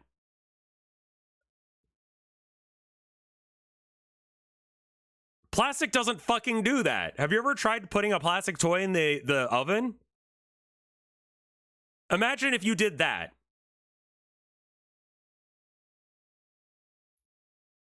I mean, heat is still going to the barrel and such, but like, it's a nice way of dispersing it. It is the problem with innovating bullet design is like, how are you going to get around the heat dispersal issue, which was essentially solved with bullets and casings and stuff, you know?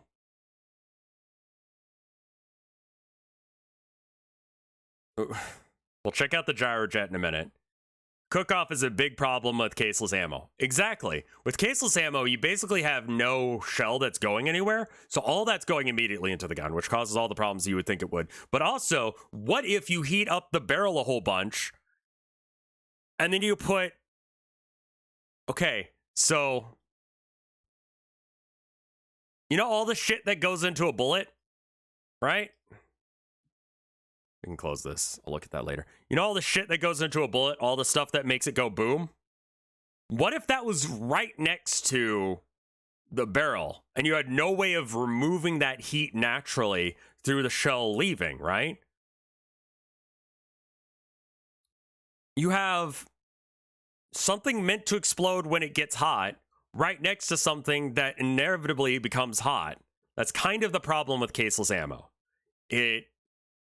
This is a solved problem for the most part.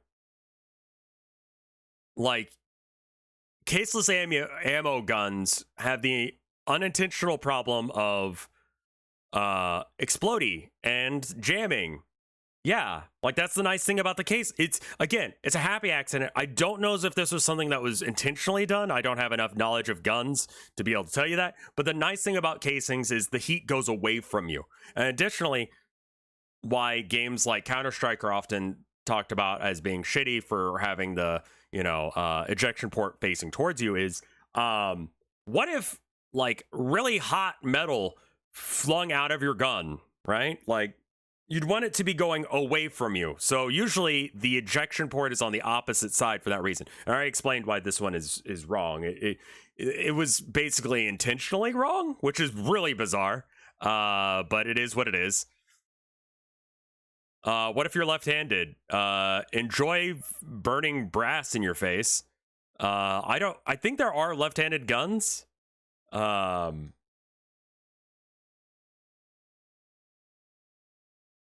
Yeah, I mean, it's heated metal, so it sucks if it touches you. It's not gonna kill you, but it burns, it hurts. You'll get a mark from it.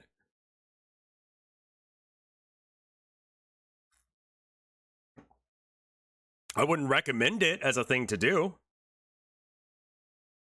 You could use a propellant that doesn't ignite from heat. Sure. I'm just saying that, like, this is a really good design for a bullet. This works. This makes sense on a lot of different levels. Anyway, ninja stars. I don't really know how to use them.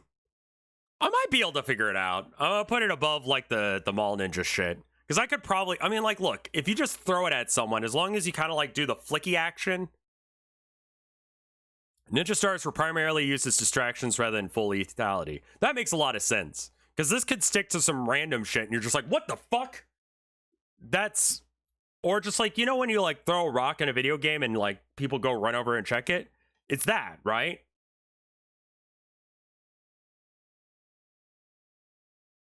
And they can be used as caltrops. Oh, neat. Okay. See, I wouldn't be trying to I'd be trying to use it as a weapon, and I'd be using it totally wrong. I have to pee real bad because I just drank this whole thing in one go. Give me a sec. I'll be right back.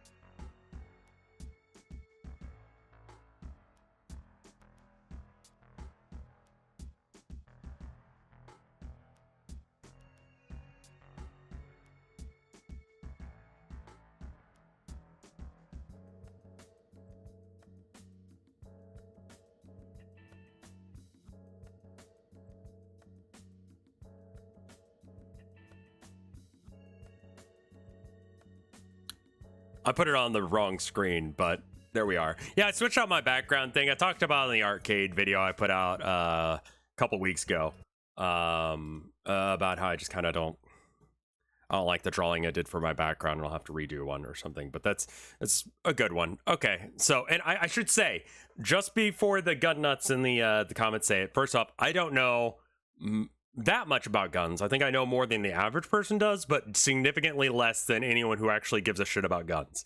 Second off, the casings, right? They don't take all of the heat out of the gun. They just take out some of it.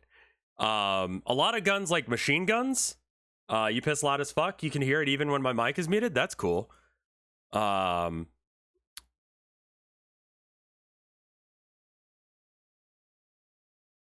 I think like there's several types of different machine guns used in at least World War II? Question mark? Is they would have barrels. Like one of the things that one of the guys, like the team of people that were carrying it, like minimum 3 up to 6 people using a light machine gun, have extra barrels with them, literally to replace because the barrel would heat up too much. You know, you have expansion problems, and for some people, a semi-automatic gun or revolver, there's no way you could overheat through normal fire. So this is another thing. I don't know that much about it. So I guess with semi-fire, you'd really have to shoot real fast and then reload real fast in order for it to really get up to a problem, I guess. But man, it just seems like a bad idea to use plastic. Copper barrel for water cooling in the Civil War. I mean, that makes a decent amount of sense.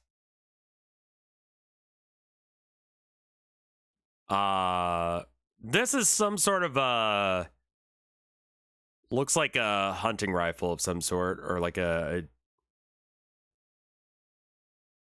DMR. I really can't tell with this image, I'll be honest. Again, it's a gun. I think I'll put it above the... I think I'll put it here. I can't tell if it's got the lever or not. It doesn't look like it. We'd probably see it from this shot. And it's got a... I mean, I feel like it would be about as difficult to use as an assault rifle would be.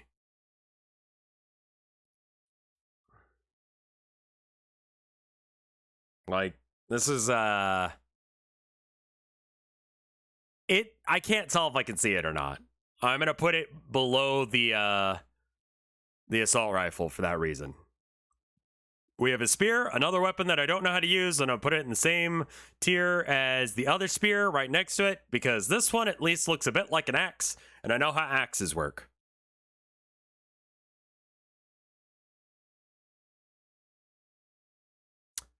Cane swords.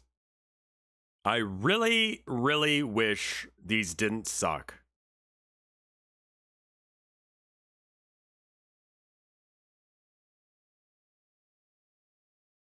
Why is the bow and arrow in... So this is a tier list based on... Oh, excuse me. Based on how effective I would be with these weapons. I don't know how to use a bow and arrow, so it gets to be an F tier. And probably should come up more. I wish cane swords didn't suck, man. I really do. Because you could just carry a cane sword everywhere. The mall that I used to go to like all the time had cane swords, so I got to play with them every now and then. Once I turned 18, dude, that was one of the first things I did, because you were not allowed to touch the weapons unless if you were 18. And I was like, hello, it is my birthday, I would like to touch that sword. And they were like, yeah, all right, kid, whatever. This is a concealed blade. It's very illegal, obviously. One of the main issues with cane swords is that you have to make the conceit that it has to be a cane, which means it has to have the little hooky bit, right? This design sucks. Like, this is really awful. So the back of the dragon's neck has like these little spike ridges, so that way it looks more like a dragon. When you hold this thing, your palm goes immediately into that. That will hurt. That will hurt. That will be an uncomfortable weapon to hold, which conventionally is one of the things that you don't want weapons to be. You want the hurty end to be on the other side. But more specifically, let's assume it didn't have that. It didn't have the cross hatching of the metal, which would also like chafe when you were using it. Yeah, I mean, like, the design of like modern day this pistol grip here, there's ergonomics going on here. Ergonomics that I don't fucking understand, but it makes your hand feel good when you hold it. Like it's like holding something meant for human hands, like a controller is, you know? Like, it's the way you're supposed to hold it to be effective with this thing is good. It makes sense. It feels nice, as opposed to shitty weapons made by shitty people. I want to rate this higher because it's cool as fuck. But unfortunately, it sucks.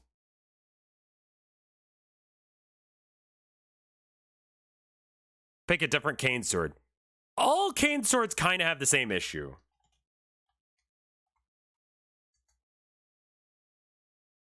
This one looks a little bit better. They're also way shorter than they should be.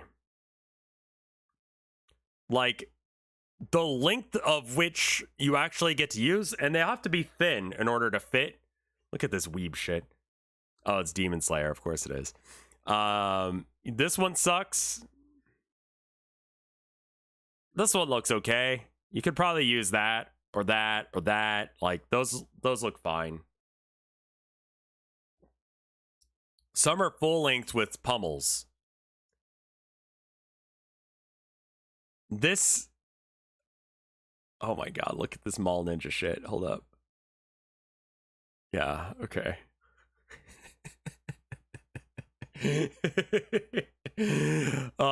Like 13-year-old me would be all on this shit. I'd be like, dude, I gotta get this. This is awesome. It's so edgy. Oh, and it's got a secret button release on it. Oh, this is so cool. Look at that fake ass like writing on there. It's like all occult and spooky. Oh man, I'd have eaten this shit up. This is silly. Arcane guns a thing? Yes.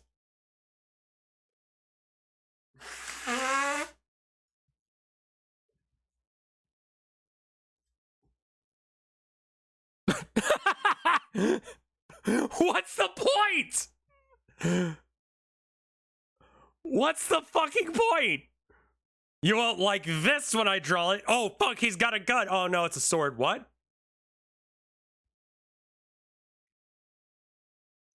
This doesn't work as any of the things. Why did you do this? That's cool. It's weird. That's so much weight at the end of your gun.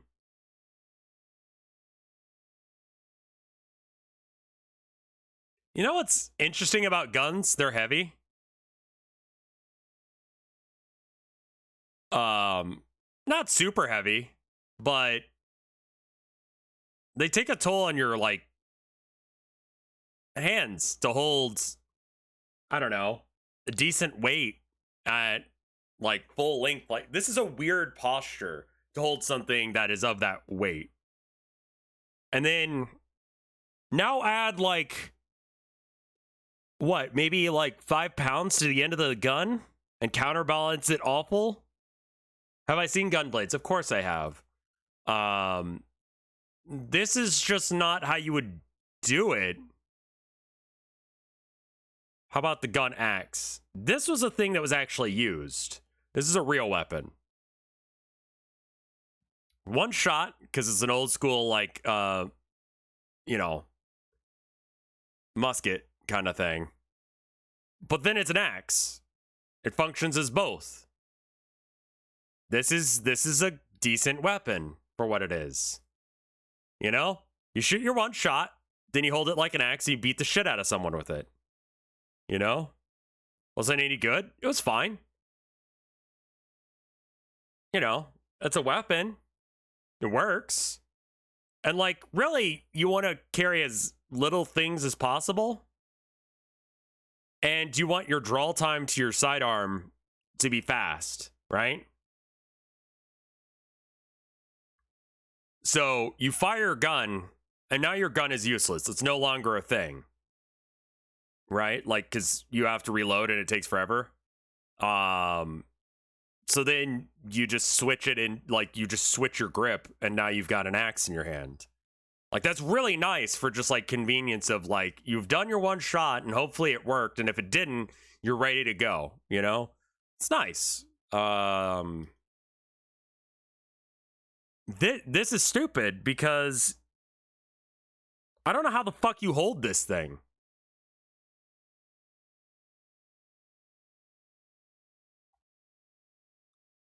Like, bayonets, you know why bayonets are, like, tiny little skinny things? Because it doesn't fuck up the weight that much. Like, this thing is heavy as fuck. And the part that you could... Like, there's nowhere you could... I mean, this is weeb shit. We know this is mall ninja shit, but let's talk about this gun for a second because it's awful. Okay, so you know how I was talking about that axe and how you could switch it to being an axe very easily? You could just hold the butt of the thing and you could... The ergonomics are so wrong. Okay, so let's say you shoot 2 shots out of this thing and then someone's on you. You missed your 2 shots and they're close. So now you have to switch it into being a sword. How do you hold it? How do you hold it without shooting yourself?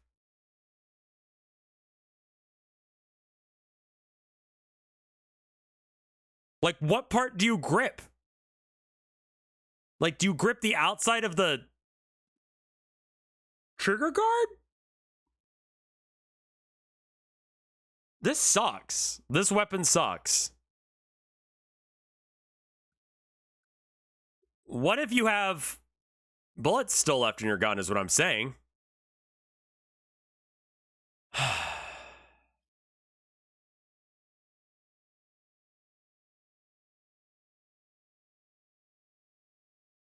Like, the reason that a lot of these are, like, old-timey is because you basically got 1 or 2 shots before you actually, like, had...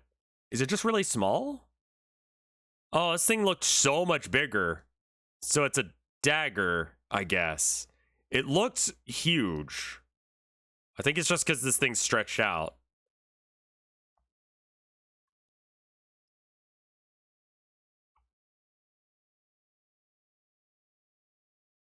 Yeah, anyway, back to cane swords.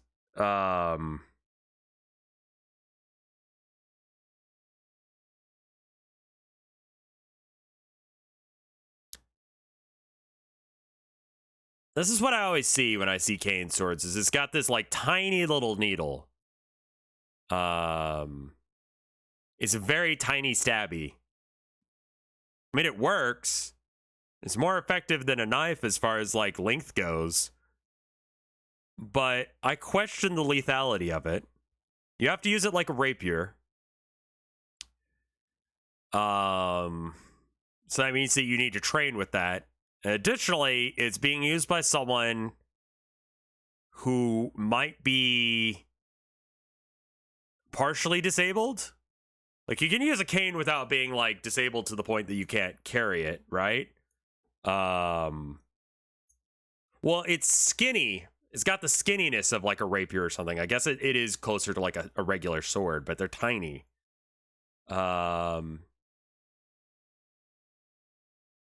I just don't know who these are for. They're for me. I want one. That's what it is. This sucks. I love it. I put it in F tier. Taser. I can't tell if this is the shooty kind or the kind where you just, like, bop with a guy. They're for people who carry canes and need something for self-defense. Have you considered gun? Have you considered just having a cane and a gun? Like, it's 2023. Like, you pull a sword on someone and they're like, cool, I have a gun. Some of us aren't American. Guns are illegal in some countries. Okay. How about a cane gun? Probably gonna go off all the time.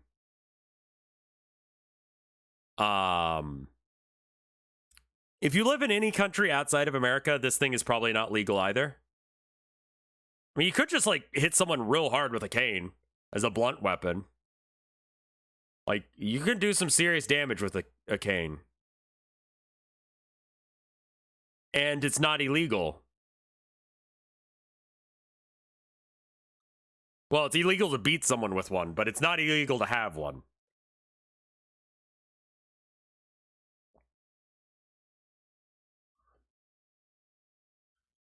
Tasers.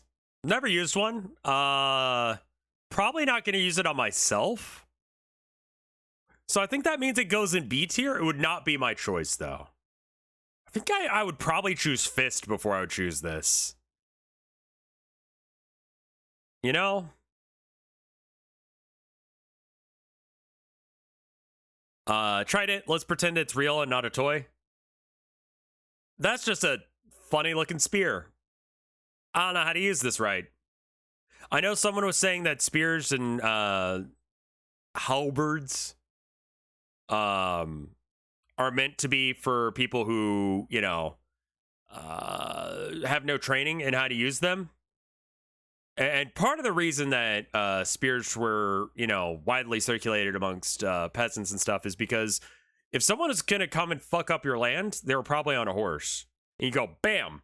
Like, that's really good. What happens if, like, the person you're trying to kill is, like, several feet off the ground from you and they're running at you at high speed? If you just hold a spear, that's pretty effective, you know? That fucks up someone's day, you know? How does a trident differ from a pitchfork? I don't know as if tridents were ever used outside of, like, Coliseum fights. That I've never seen them, like, talked about. Fishing, okay. I mean, yeah, spears have, like, a massive reach advantage. That is nice. Okay.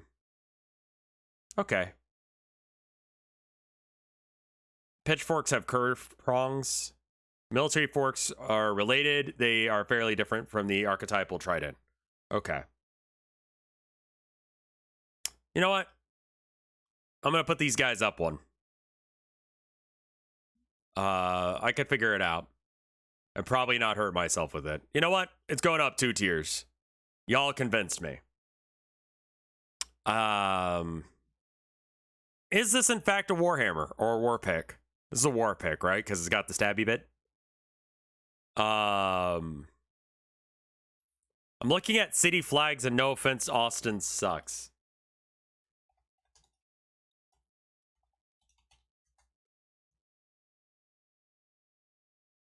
Oh, yeah.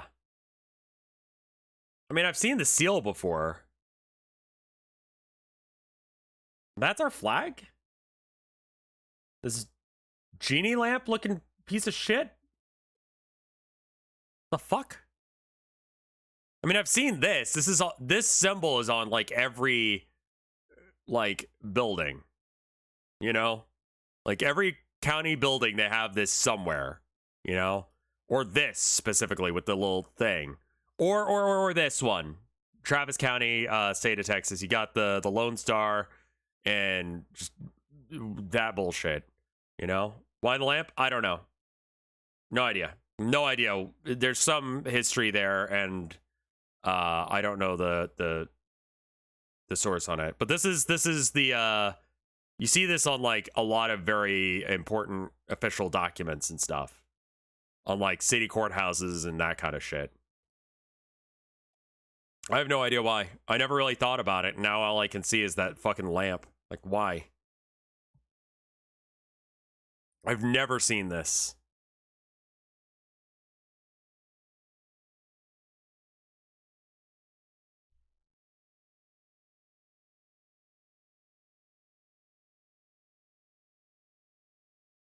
U.S. city flags are an experience to look at. I found 2 different cities that just stole the Welsh flag. The one with the dragon?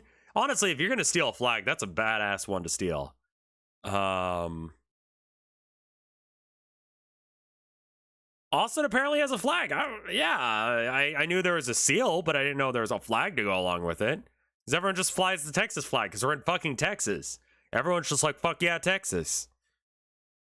I don't know. I could figure this out, man.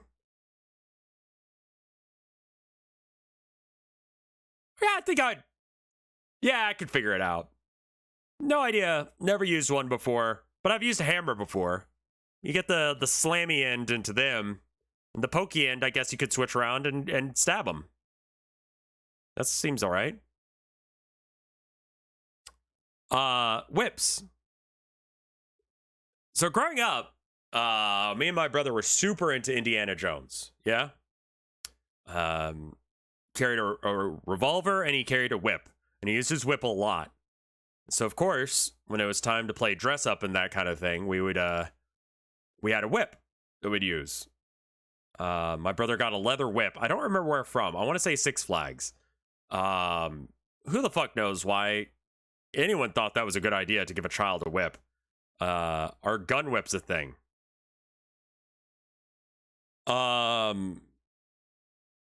Six Flags Over Texas is a theme park. Think like Disneyland, but randomly themed. I don't know if you can kill someone with a whip, but you can get really fucking hurt. You know? Selling leather whips at a theme park. I mean, have you guys ever been hit with a whip? Because I have.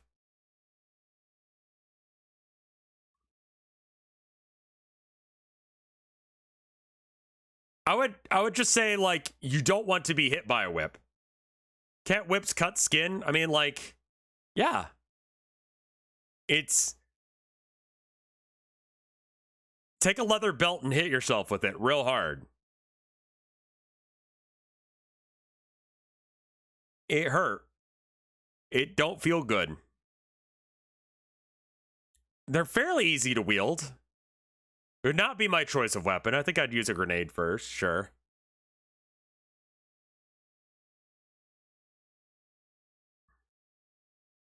Oh yeah, you could poke out an eye with the thing, for sure. What is this mall ninja shit? People keep trying to reinvent punching. Like there's so many different variants of punching someone while stabbing them or shooting them. Wristblade thinks Assassin's Creed. Neat. You know, I loved it in Assassin's Creed because it was, you know, it was cool. I would not pick this weapon. I feel like that this is mall ninja shit. Also, like, any sort of, okay, first off, the blade only gups up till your fist. So whatever the fuck is going on past, like, your knuckles doesn't exist. You know? So why there's, like, additional, like, weirdness to the blade past this point? It's also going to get stuck on someone. Yeah, this hook, assuming you could, like, okay, so you punch someone, right? And then you just do this, I guess? So you can get the hooky bit in? But then you get the hooky bit in, and now your hand is stuck against them like this. Because like a fish hook, it curves backwards of the direction. And the reason that fish hooks work is when the fish tries to pull it out, they can't because it pulls against the design of the curve, right? So when you stab someone with this, you lock your wrist into an uncomfortable position. It's a remake of the gauntlet the Predator uses. That's when you bite them with your mandible face. Yeah. It's serrated at a weird point. It feels like you... Okay, let's just pretend it's an Assassin's Creed one or something that's less stupid. Punching someone's pretty effective. You know? Like, it's a pretty good way of hurting someone.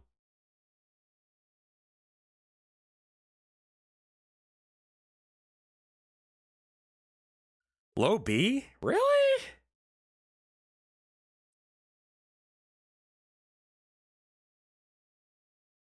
No, I'm thinking it's down here, man.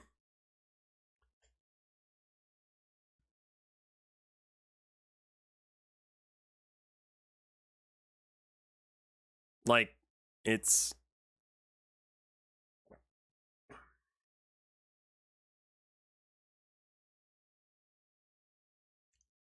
So, in order, we have gun, weapons that I either have used or know how to use with significant training, weapons that I could figure out in very limited amount of time, weapons that are just as likely to hurt me as the other person or just awkward to use, funny memes that might work, and bullshit weapons that I have no idea how to use.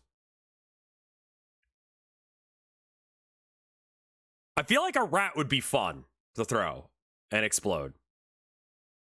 Like, the tiers have basically become this. This is mostly mall ninja stuff with the exception of, like, the bow and the crossbow, which are just awkward to use. I think we could put them at the end here. And then I could figure out a mace. Could figure out a cane sword. Probably a cane sword before I figure out a mace. This design seems more good. Bat bomb goes at the bottom because it's sad.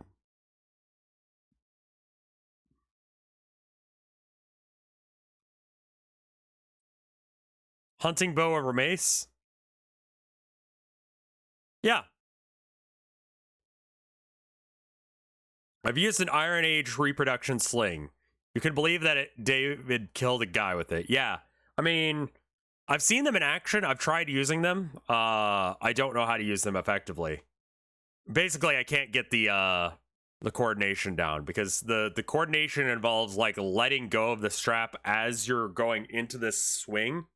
And that level of coordinate, if you do it wrong, either you smack yourself in the face with it, or it drops down right next to you, or your aim is off.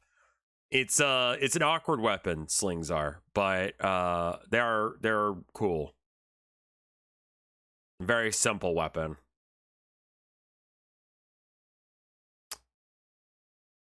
Thoughts on slingshots? I could figure it out. But I think it pretty much is used for like, I mean, you could kill stuff with it. You could kill a person with a slingshot. I would believe that. If you get like a headshot or something, and it's like a steel ball or something.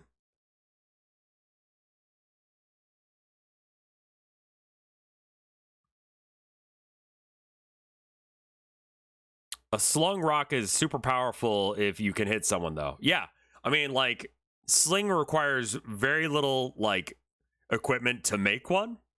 You could pretty much find it around you right now. How is a boomerang going to be more effective than a scythe? Because a scythe is an awkward instrument. I know how to use a boomerang. I do not know how to use a scythe.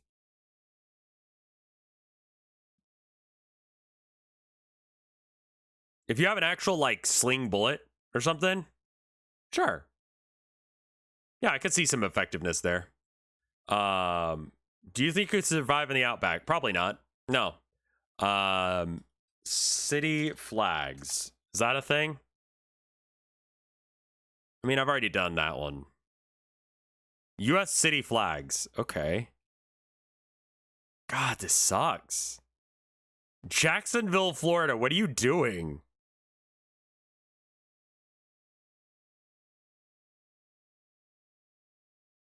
Wow, these are wild. Is this San Antonio? It has to be San Antonio. This is Dallas. Oof. What the fuck? Look at this overdesigned piece of shit. Look at this 1990s, 1980s piece of shit. What is this? What is this seagull? What are you doing? I just want to see, like, what options were here. We probably want to actually do these. Which one's Sacramento? I have no idea. Jacksonville.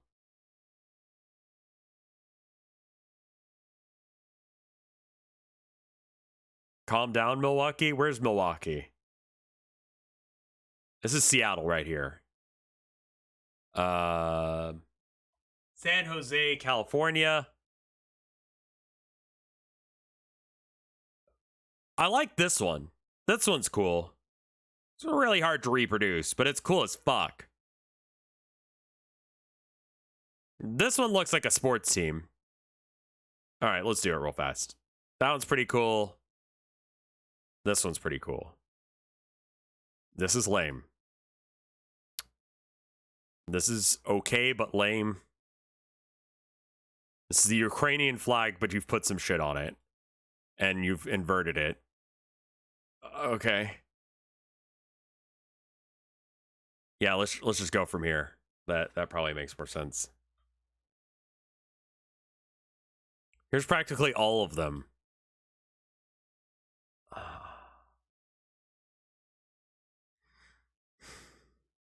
When you have people on your flag, it always looks bad. What the fuck? Knoxville, what are you doing? I like the black and yellow of this one here. Oh, that's pretty good.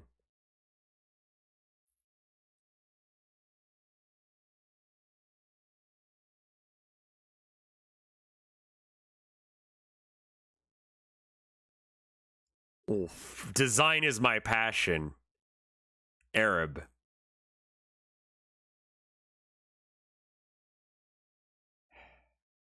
Lineville, you fucked up. What are you? That's so lame.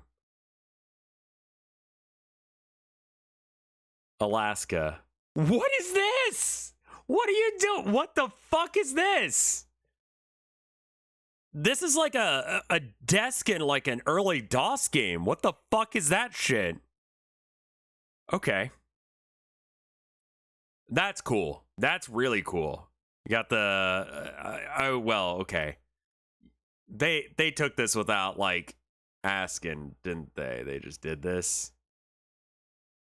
Lots of flags with the Creative Commons symbol. They probably just stole the idea to use like Thunderbirds. Yeah. Okay.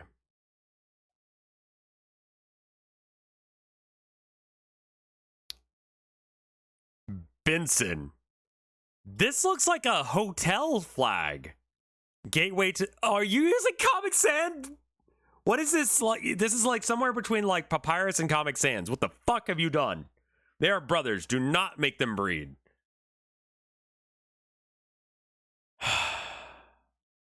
I like that. That's pretty good.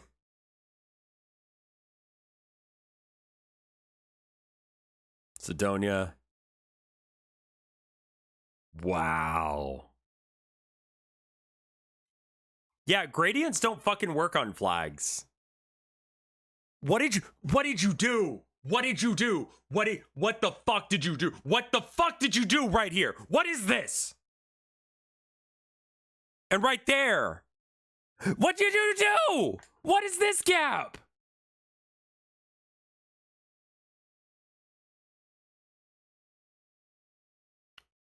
Someone got like Illustrator and just fucked it.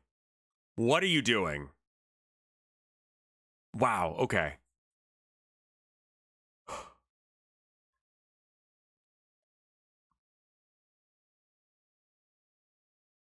Yeah, you don't use gradients on stuff that you're printing. You want to know why? Because printers don't work like that. And you're not going to get a clean gradient. You're going to get some fucked up shit.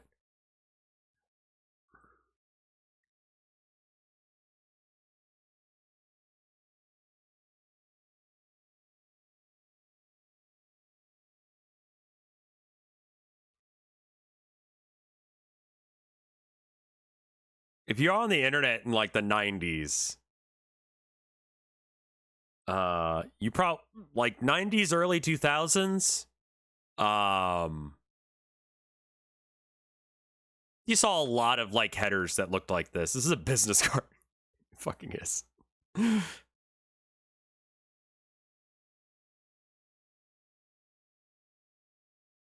Oh, these are older ones. They got rid of these. Maricopa. Well, where's Maricopa now? What the fuck?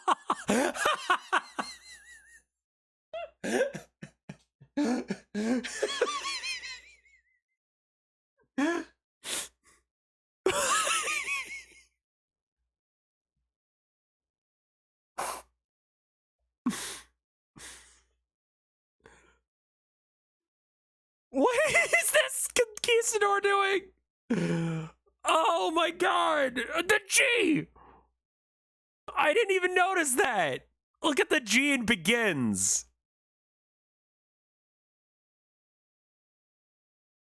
Amazing. There's so much going on here and all of it sucks. Wow. Wow. Which one were we looking for? Maricopa. Let me find. Okay, LM. Oh, we don't have the new one.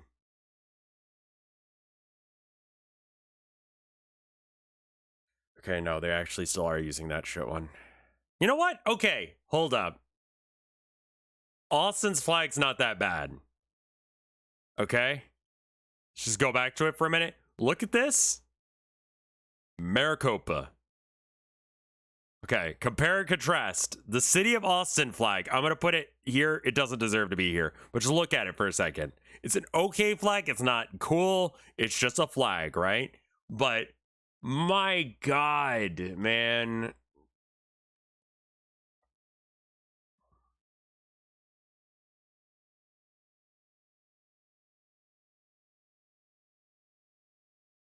That one's pretty good. I like that. It's a little weird, but it's good.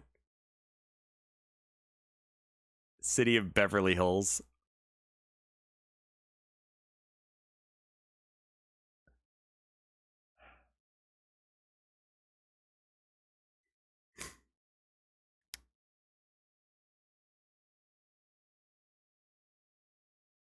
Is that an actual photo? It looks like, yeah.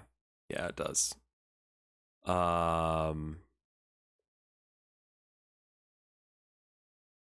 Chartreuse. Interesting choice for a flag. Generally speaking, when you make flags, it's representative of the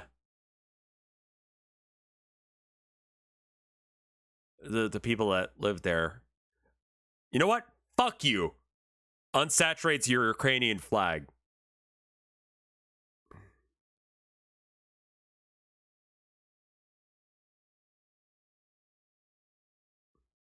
Oh, that's kind of neat. I like that. It's a little weird, but I like it. Eagle Rock? Oh, I missed Eagle Rock. Eagle Rock. Inglewood. We'll have to come back to you. Eagle Rock. Oh, it's crusty. Oh.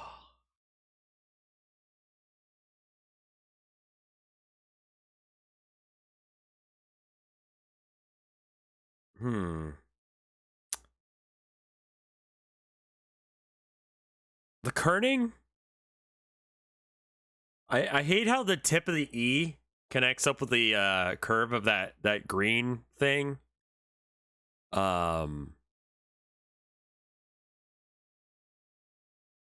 not the worst one we've seen, but goddamn.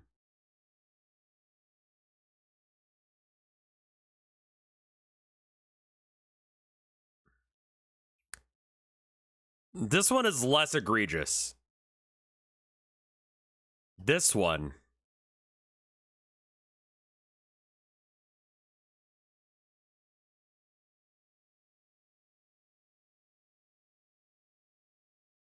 That's a coupon? Yeah. So, anytime you have a flag like this where it has gradients, it will never be printed.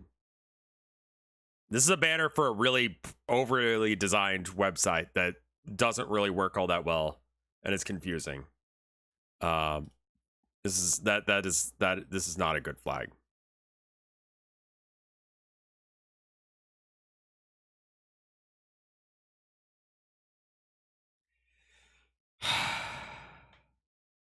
I like these ones where they go with like two colors. Like, look at that. This is okay. I like this. This is a very okay flag. This one's pretty. You chose good colors. You could probably print that. Why is it nuclear? La Mesa, California. I don't know.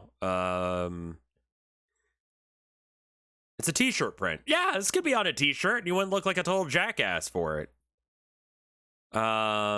You got like a palm tree. You got two shields. This one has the medical staff. This one has like a torch. I can't tell what's going on down here, but then you got the nuclear symbol. You got a sun. You got like a landscape sort of thing going on. This is fine. That's an okay flag.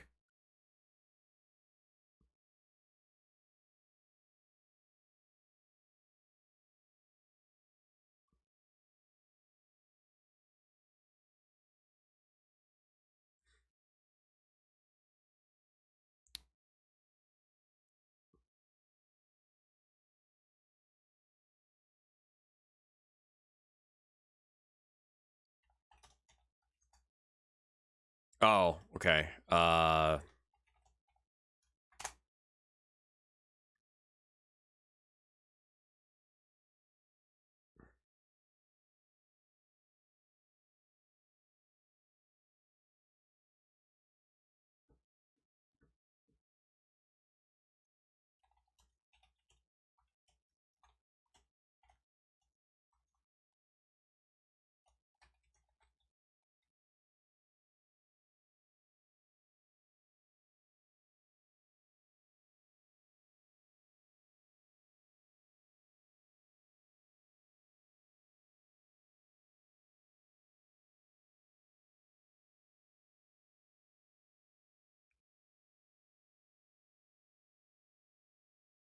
I just want to see if it's worse than the things that people are coming up with.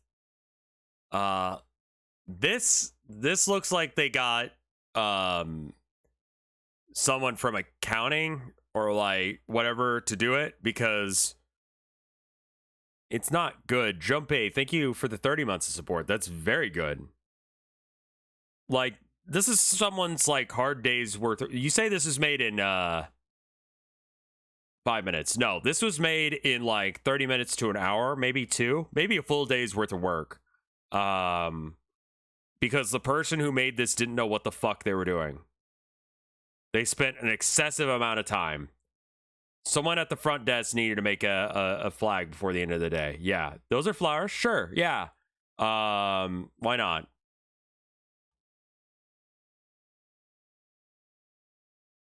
Okay, this is not what I'm looking for.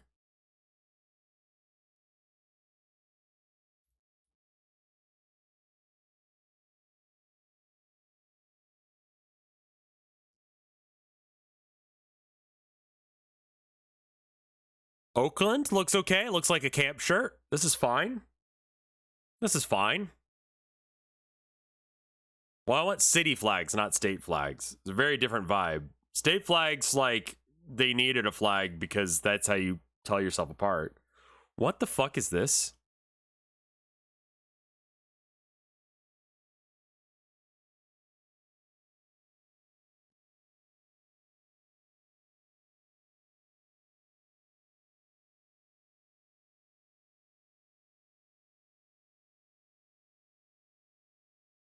Looks like a tech startup bro logo. Yeah. I mean, it's from California, so it's entirely possible. Yeah, this looks very like contemporary. This looks like something that someone probably made within the last few years. This is Loss.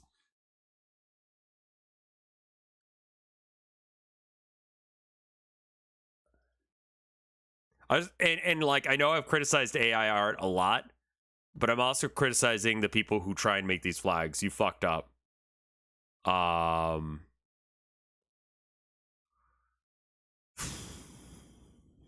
those clip art? Like, you can see the pixels even from here on the sails.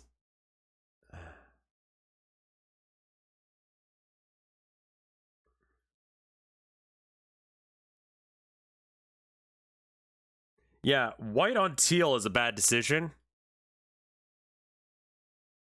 Like, you could... Okay, you're using gradients. You've also...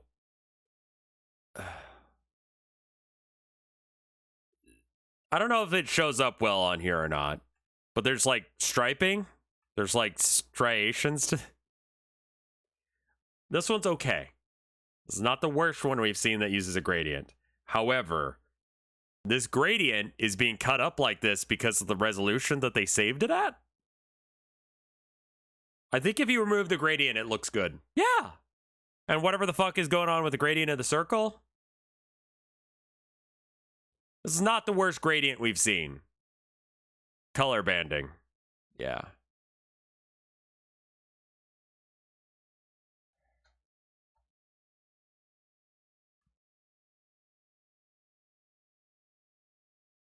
San Francisco is boring, but okay. San Juan, I mean, this is clip art. Use clip art. Please hire artists. I mean, these are fine. They look more like state flags, but you missed placenta.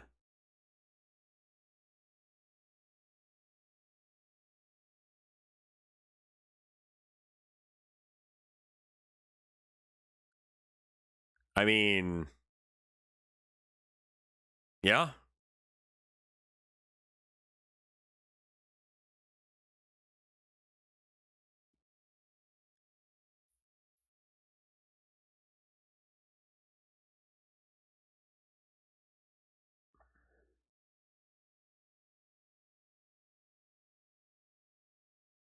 This is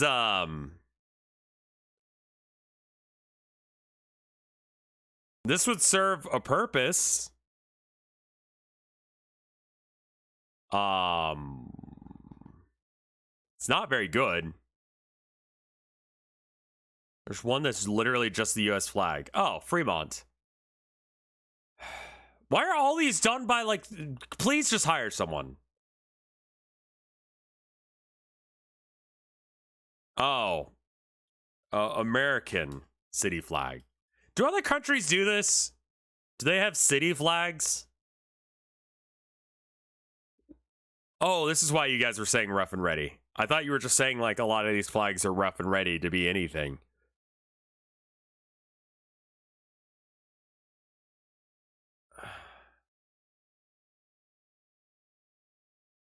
This is another case of Photoshop Illustrator gore.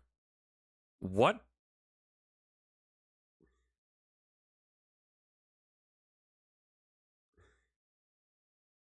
This looks like a Newgrounds logo. You're right. Jesus. This is clip art, and this is more appropriate to be used by a hotel chain again. Have you guys seen flags before? Like, do the people who make these, have they seen flags before? Like, look at this one's fine. Look at that. Simple as can be. You know? Nothing wrong with this one. This looks okay. You got colors separating, and then you got, like, a very simple to print logo. That's fine. Okay, yeah, no, we're just getting American flags now. Okay, well. AI does a slightly better job. My fear is, so the reason I wanted to do that with AI was, my fear is that some of these are ready to be remade. Some of these were remade in, like, the 90s, the 2000s. Like, this one is very 90s. Ugh. The internet just looked like this for a while.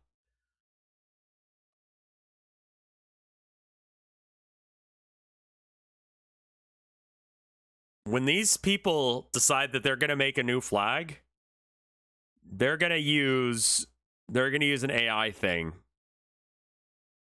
because it's clear to me with the Great Republic of Rough and Ready, which beautiful fucking flag, honestly, just legitimately, I'm blown away by their artistry.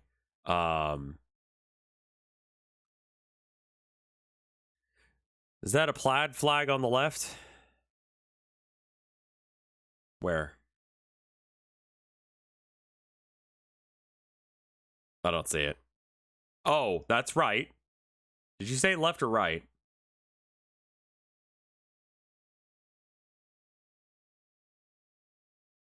I said right. Okay. That was just me being stupid. Can we just get rid of the plaid and replace it with, like, green? Like, this color green. Get rid of the plaid. Then it's fine. This part is good. This is readable. You love the plaid flag? Okay. It's not the worst one we've seen.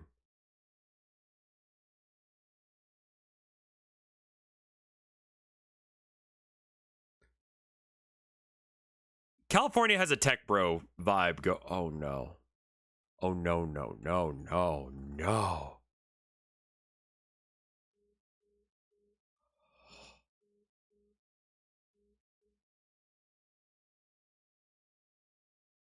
Do you see this?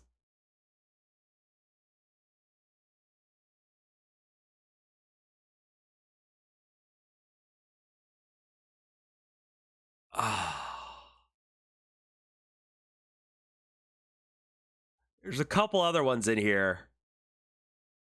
Most art programs have grids you can turn on and off.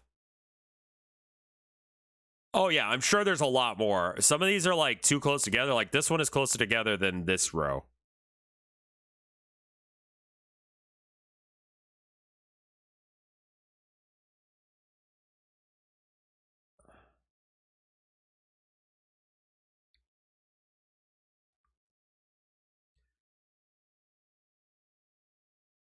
Last second design choice, just to fuck it up. Make it more obvious if that's what you're gonna do.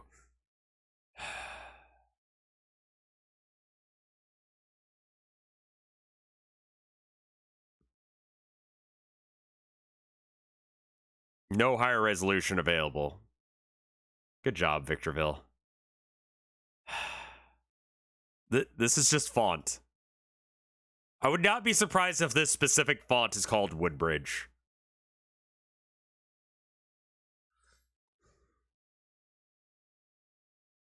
Very crusty, very 90s web point 1.0. Whitler. Y'all gay? In Whitler?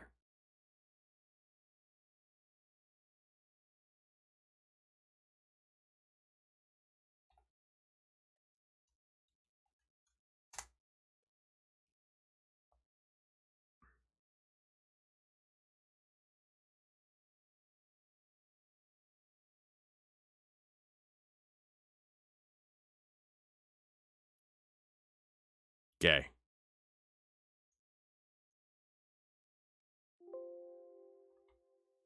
Okay. Fair enough.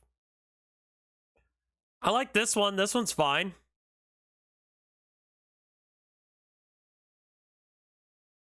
This is fine. It's like the new Pepsi logo. It's fine. This is apparently... Okay, hold up.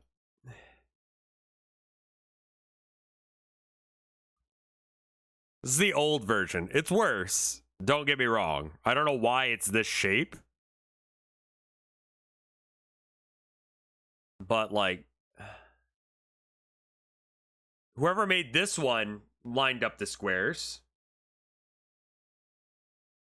It's not that fucked.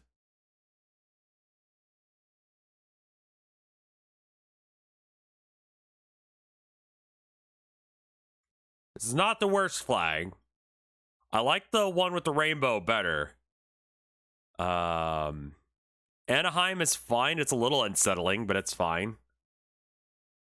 Denver, that's a pretty good flag. Yeah, you actually spent some money on that. You probably got an artist involved. City of Durango did not. What are you doing with the gradients? Stop it. Stop with the gradients. Stop with the gradients in the clip art. I swear to fuck. If I see this goddamn eagle one more fucking time.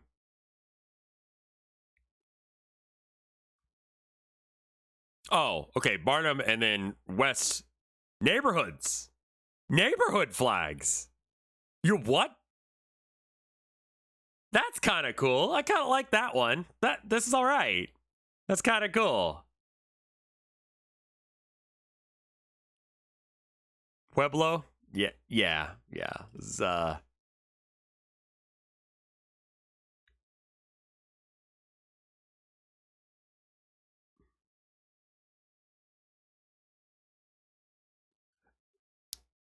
some more Adobe Illustrator gore. So in Illustrator and other like vector graphic programs like this, which at least they use vector graphics. That's good. You have these pivot points. Oh, the B is very scuffed. Don't worry about it. All of the letters are scuffed in different ways. The U is asymmetrical for some fucking reason. The L is taller here than it is down here, I think. So this, you see how it's like really like polygonal, I think is the word, through here? This is because they didn't turn on smoothing on Illustrator for this bit. So it does that. And then I think approximately here they figured out yeah, it's got some jaggies to it. Look at the bottom. I didn't see that. That, man, you fucked up. Oh no, the L goes over. I mean, this is hard to see because I'm covering over it. Okay, can I zoom in on a specific bit? Okay, it's the L overlaps this orange thing here. There's no.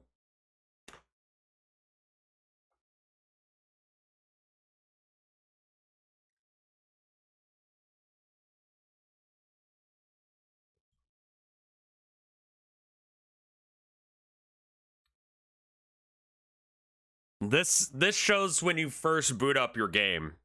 I'm upset by the fact that this angle is different than all the other ones. Do you mean to change the stream title? How about city flag review? Almost got in trouble with Twitch right there. Are the letters misaligned? Yeah, the kerning is not consistent throughout, which is an interesting choice. Yeah, I think that someone learned how to use Illustrator. Like, someone's first Illustrator project is a very, like, consistent theme.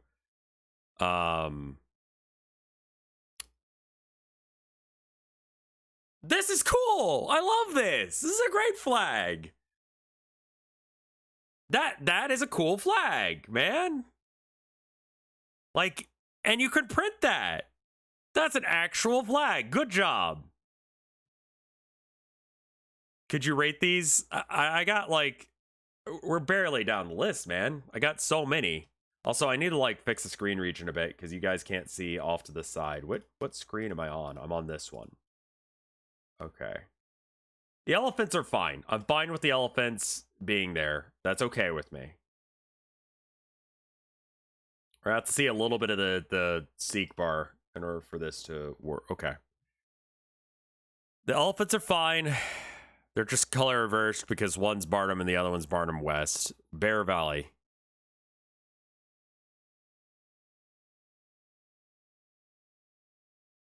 It's not the worst thing I've ever seen.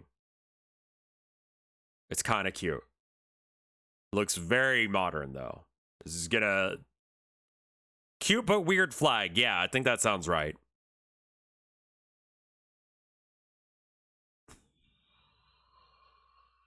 I kind of like this. I think I'm probably going to be the only person who does. I wish they had used a different color for the tower. But it's all right. That's pretty good. That's pretty good right there. I'm really gravitating towards these ones that use like 2 to 3 colors and are what?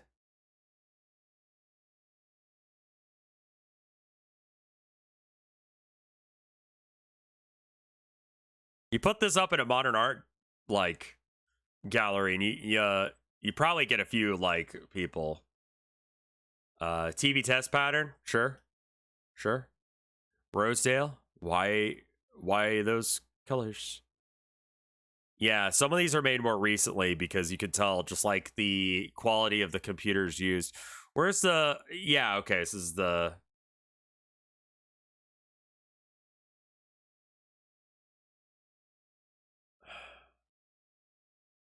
New Britain? We really need another one of those?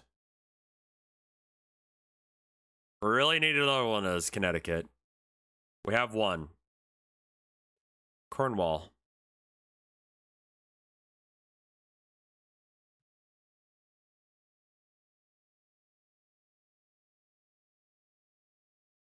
Why, though?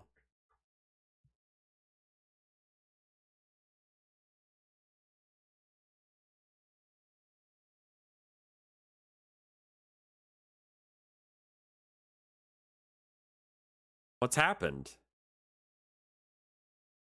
It's a bridge over a river. But it's a cow. And a river?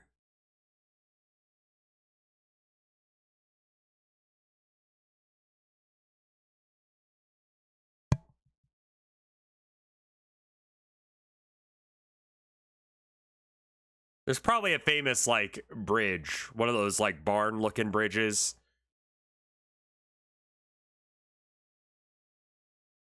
Boring as shit. Wonderful. Love it. Great.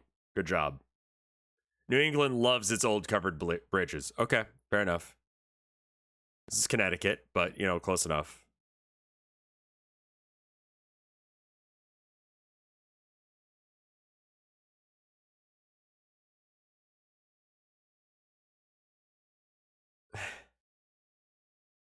Why a trilobite? Yeah, it's just the Brazilian flag, but you photoshopped a trilobite and impact text on it.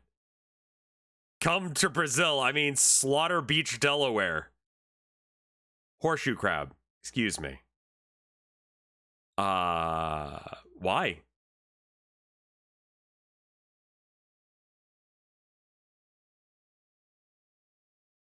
Yeah, you have like random. So a lot of these are like, we only have an hour to do this, or we couldn't be asked to like fund an artist to make this, so we're just doing whatever the fuck we want.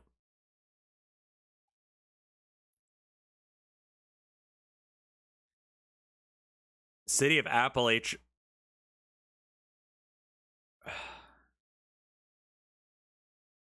So crusty.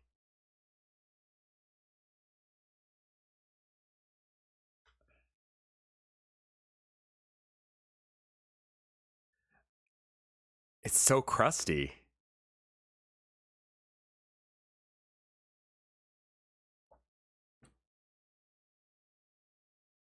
It looks like MS Paintville. Yeah. Yeah, everything that's going on with right here.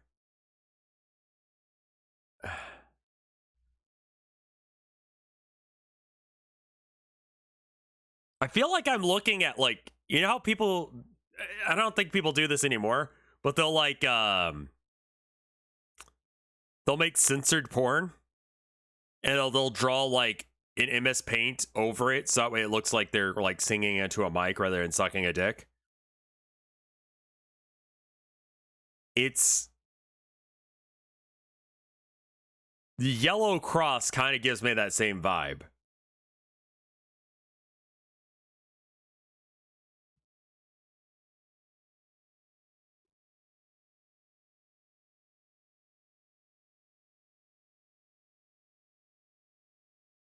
It's not the worst, but it looks like it's for a grocery store.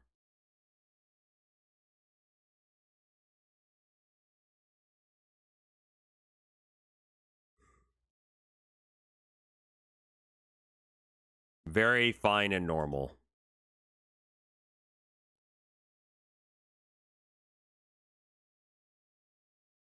Yeah, yeah, Miami. All right.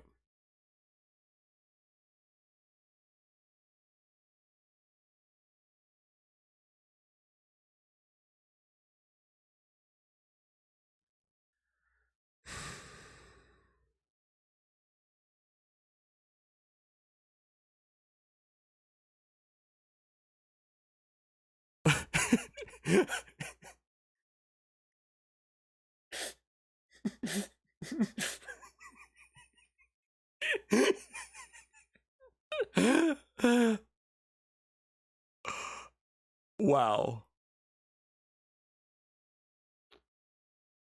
Wow. This looks like it should be on the back of a... What? It's got the artist's signature on it.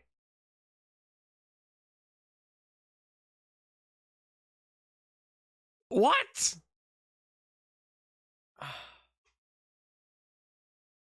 This is a mural. This is painted on the back of your truck. You know, in the glass window, you put this on the back of the truck.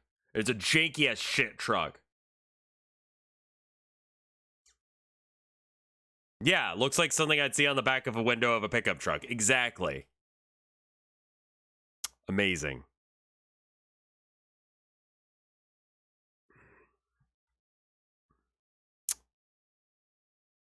Someone tried, and they understood how to use the program, sort of.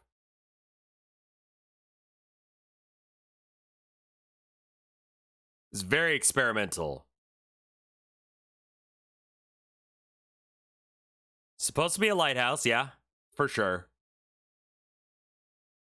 You'd be lost without the border?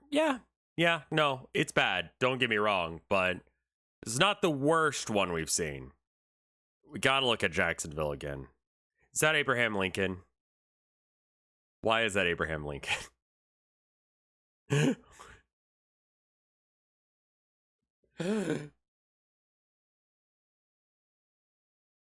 Why? No gradients. Huge step up. Honestly, after seeing a bunch of other ones, this isn't the worst thing I've seen. More gradients.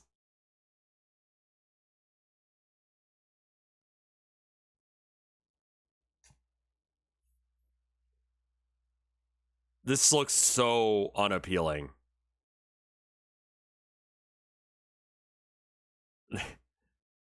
the, the trunk doesn't go anywhere. And then the palm is over here, and then it's just...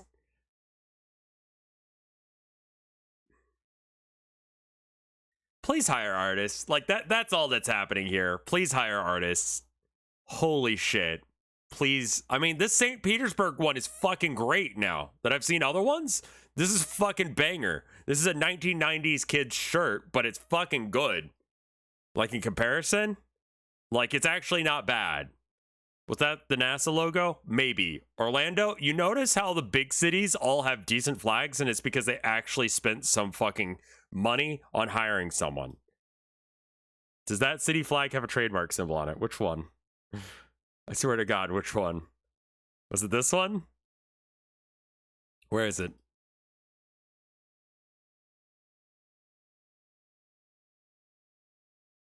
So crusty. Incorporated in 1996. Yeah, and that's when you made your flag too.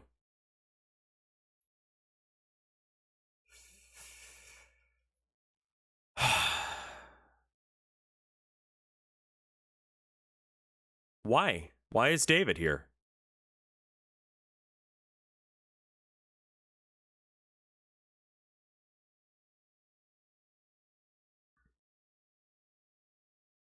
I feel like if you're gonna have something, this looks like the symbol for a cult.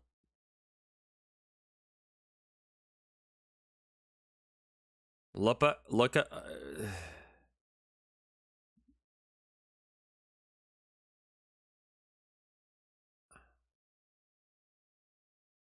I feel like if you're gonna spend the time to make a flag, you should do it right rather than shit. Like, this one's fine. Never mind. I zoomed in and it changed my opinion entirely. Oh no. Oh, this looks like some kids like. Oh.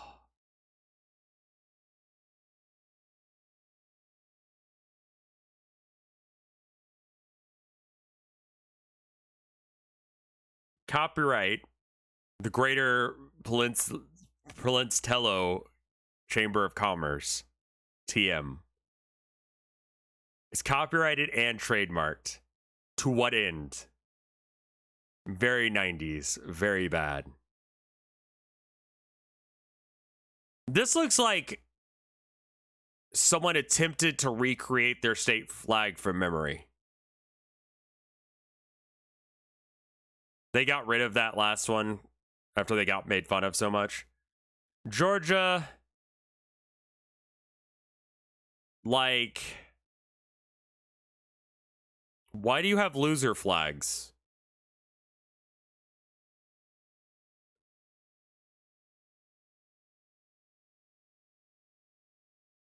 Mount Zion and Trenton.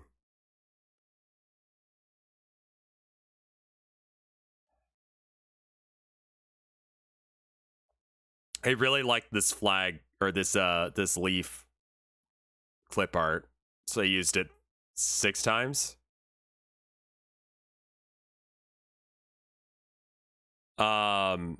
This flag was never flown, if I recall correctly. Like, it's been flown more since the end of the Civil War than during the Civil War. This was one of the many designs for the Confederate flag. And much like the Confederates themselves, they couldn't get their shit together. The rise and excessive use of the Confederate flag is almost entirely a 80s revival for the sake of fuck black people. 1960s. Just like all the Confederate statues got put up in the 1960s, 1950s. Okay, earlier. Guam. All 19 villages have flags. And they're all kind of wrong.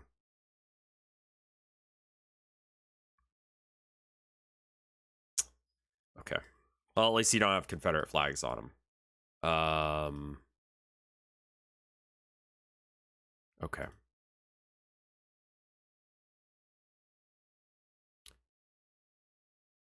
What? What is this down here?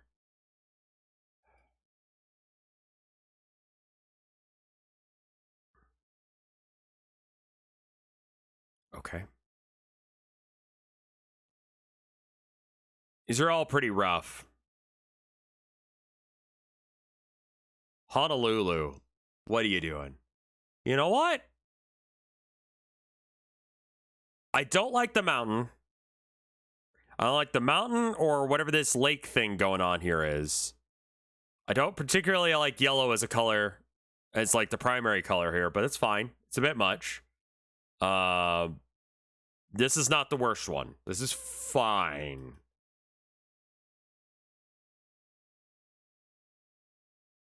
Okay, yeah, I mean, the new one is better, but it's pretty much the same shit. I mean, Piss Ocean is weird. That's kind of neat. Don't fuck it up when I zoom in. Yeah, I like it. This was done by someone with a design degree because, like, everything lines up right. And it's a star, but it's also the snow-capped mountain. That's pretty good. You did good there. Oh, wait, this is the place that used to have the other flag. Yeah! What a glow up! Yeah, you made this one and you're like, okay, the first flag that was used by the city from 2001 to 2017 was in the state 2001. Was in the shape of a rectangle on a white background. The upper part of the flag featured 2 blurred purple triangles that symbolize the Sawtooth Range that are located near the city. The triangle on the left was twice the size of this. Yeah, that's not what we care about. Each triangle has 5 notches from the viewer right. The bottom right of the flag displays the writing that read, proud to be, wherever distributed into the lines. The upper line says proud to be in sans serif with black edges and a shadow. Right. The words were put to... was unofficially used by the city as its flag from 2001 to 2017. The flag gained national attention after the North American Vexillology Association ranked it as the worst flag in North America during its 2004 survey.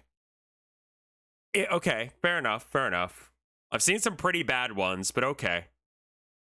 They had a whole decade to get out of, like, the 90s. I mean, I guess they only had, like, 2 years to get out of their 90s vibes, but I mean, we're in 2001 we were like Backstreet Boys, Disturbed,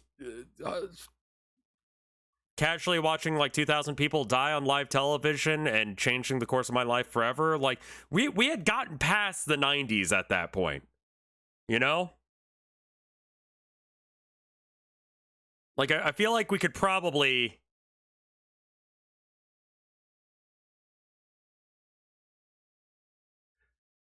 A new flag was created by a design committee met for the first time. Roman Mars was invited to attend their meeting. The process was agreed to upon. In the first step, everybody in the world could contribute a design to the contest until December 2nd, 2016. The rules read, all entries become property of the city of whatever the author and creator relinquishes all rights to the design. The city reserves the right to... Right, okay. This resulted in an unexpected total of 709 suggested flags, with participants from 26 countries and 31 U.S. states. A citywide website published all the suggestions, ordered the groups of the creators, professionals, and otherwise. The age ranges 18 plus, 13 to 17, 7 to 12, 1 to 6.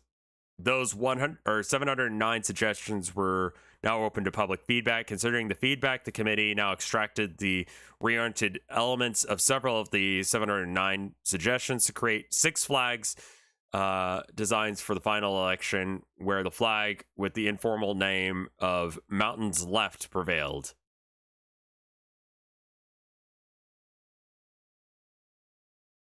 I mean, this is a pretty good flag. And this is why this is a story of why you hire an artist, honestly. This is welcome, Down Dalian. I mean, I wish they had hired an artist rather than doing whatever the fuck, like doing spec work, but like this is the difference that actual artists can make to your shit rather than whatever the fuck. Fuck off with the gradients. Not looking at any more gradients. I want to see, this one's neat. Please don't fuck it up. You fucked it up with clip art. Thanks, man. The color order's off. It should be black, green, yellow, white. Chicago, boring as fuck, but good.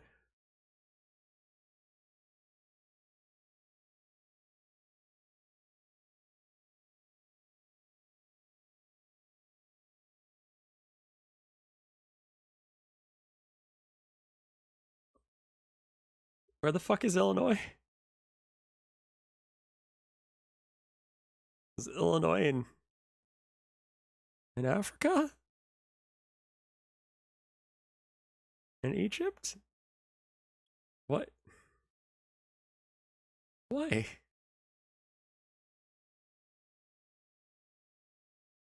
Like, just take out the weird this thing, replace it with a yellow star. Get the Addison advantage. This looks like a weight loss product. Oh. Oh, someone in like their first year of art school made this. Okay. There's already 2 yellow stars. Add a third one. Replace the weird fucking that with that. Like a star. It's fine. Left side of the screen is cut off. It is a little bit cut off. Sorry about that. I need to probably fix that. Problem is that either the left or the right side is going to be a little bit cut off. I guess I'll cut it off like that instead. That's a little bit better. Okay.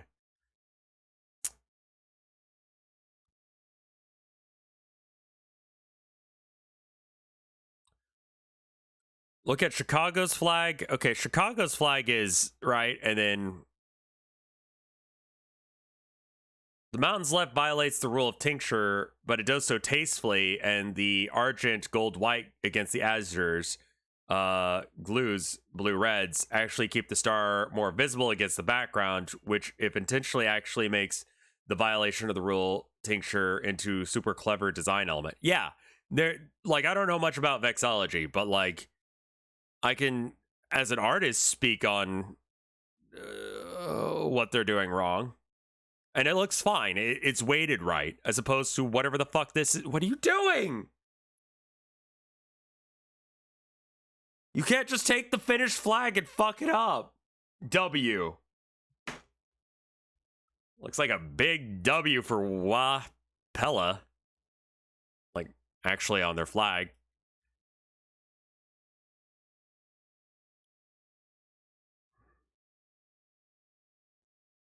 What's going on? Like,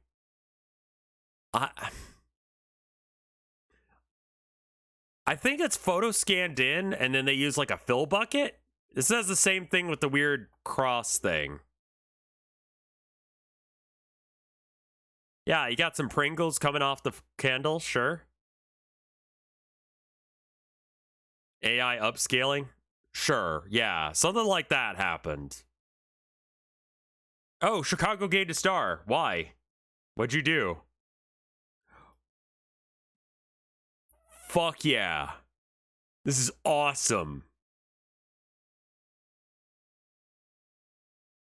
I love this one. That's awesome. Is this a sports team? This is Lawrence is pretty good. That's all right. It's okay out of 10.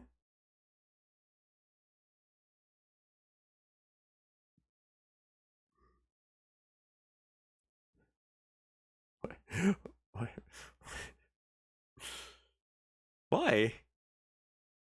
Why these things?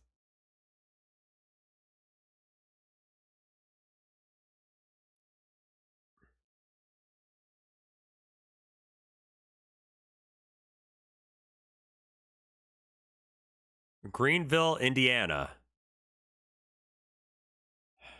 Okay. Burn means bear. This was probably actually like a flag at some point. Like, that's the other thing, is like, you've taken the Trinity symbol and you've added a fire to it? Okay. Text on flag can be okay. Oh, no. What? Why the squares? Get rid of the squares. Why the squares? Why the... Just get rid of the squares. The texture. Minecraft looking ass, honestly.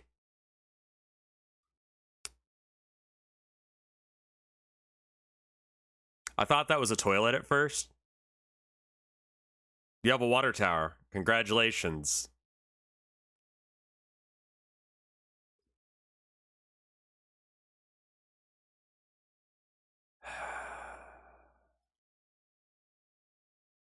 That's kind of neat. There's something off-putting about it, but I kind of like it. It reminds me of these picture books that I had as a kid. They had this kind of style. It's like kind of cool. Kind of like it. I think they're bridges. Yeah. Seems all right.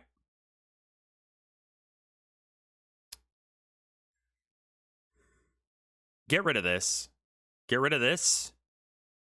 And change the colors slightly. And it's okay. This does not need to be here. You could just literally put in the same font, like maybe down here, 1836. Yeah, the text is off center.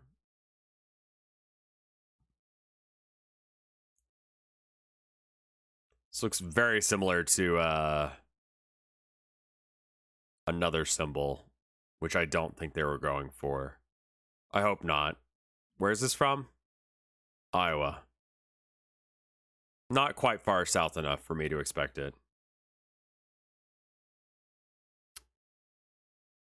The Spider-Man? No, I mean, I guess it's kind of a Spider-Man.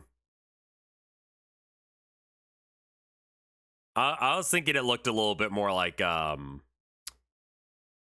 this image is in like some of my really old videos because I didn't know what it was. There's it's a Nazi flag that someone submitted as their like art for the Black Sun. Yes, they put it in Yandere Sim. I did not know what it was. So in random Yandere Sim videos, I have like this very obscure Nazi flag. It's in Midsummer too. I think in Midsummer it might make more sense. I haven't seen the movie though.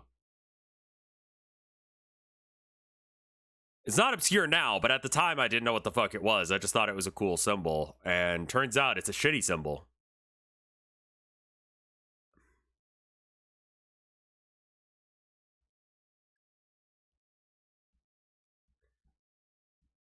Most of these are bangers.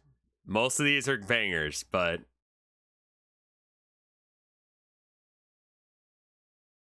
that's a postcard, my dude. That is a postcard. Like, most of these are good. This one is this again like a hotel logo. This is not a flag you make. I like this one. This is cool. I don't like the font they used. I think if they got rid of that, it'd be fine. That's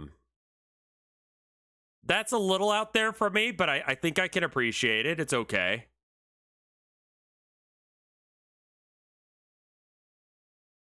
This one's pretty good.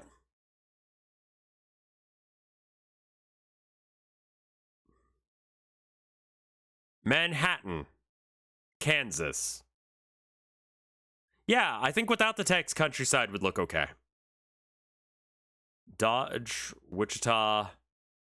Like, what a state to be Ginso or this one or this one. Like that.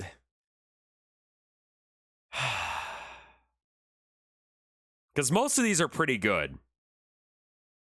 This one's bad.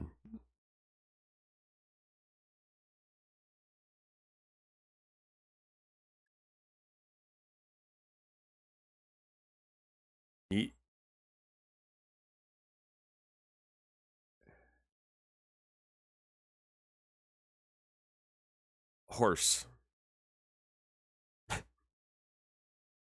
Horse. What? This is awful. Why gray? You picked 4 colors that don't particularly go. I mean, like, at least like the value and saturation are fairly similar on the yellow and the blue and the green and the gray. Someone figured out what those things were and then didn't learn anything else about art here or art theory. I didn't understand why you don't do all of that at once.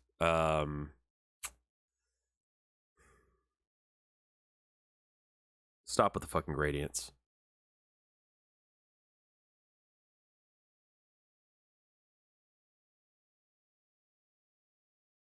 No.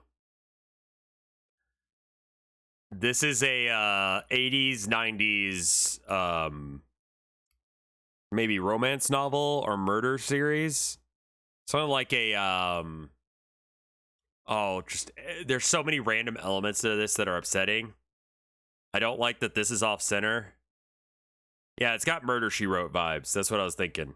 I don't like the cable being like,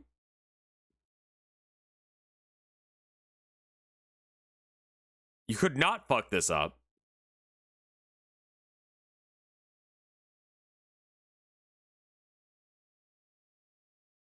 The fact that you're a bit colorblind makes it so you don't totally hit the Bowling Green. They're all like the same. So the green, the blue, and the yellow are all basically the same, like, value, like as far as like how bright and stuff they are, and saturation. It makes it awkward.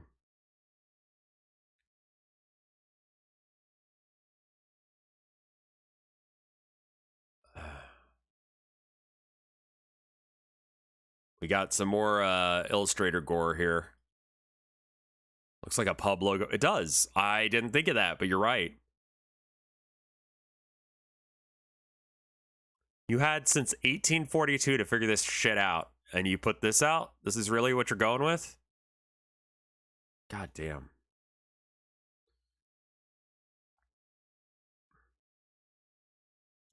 Yeah, let's go, little tiny shrimp fella. Yes.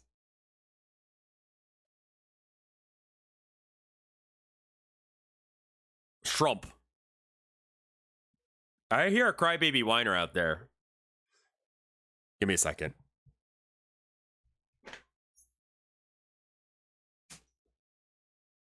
What's up?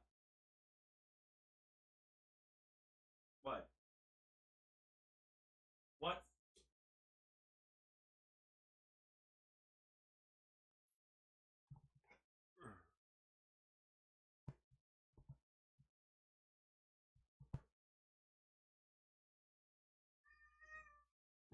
Hi, Abby. Are you guys here to tell me that it's time to eat? Okay. Well, it's 4:22. Can you guys wait 40 minutes? 38 minutes?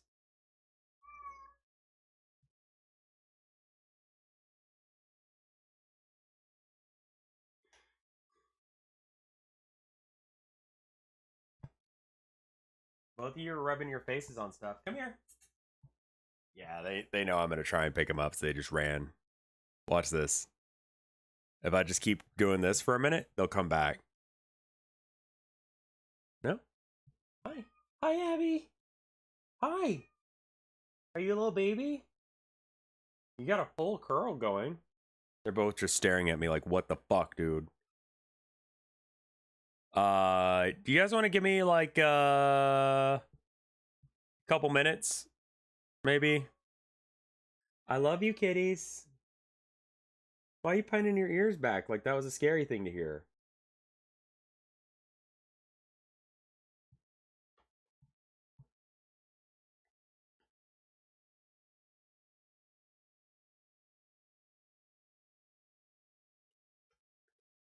Bless you. You knew I was trying to pick you up. All right. I'll be right back. Oh my god, we're only like halfway down this list. This is gonna have to be like a whole nother stream, isn't it? Show us shrimp. All right, I'm gonna leave you guys on shrimp, and I'll be right back in like 2 minutes. BRB.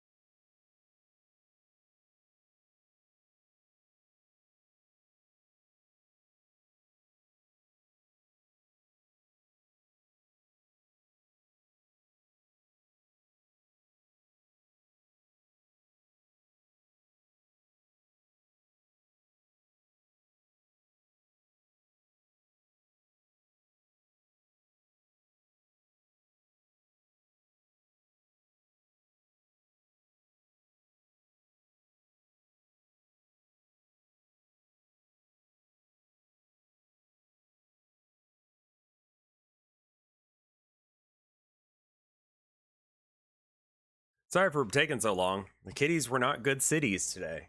They have to sit before I feed them, and if they're not going to sit, they don't get fed. They got to sit down. They got to be good kitties. And they were like, nah, I don't really feel it.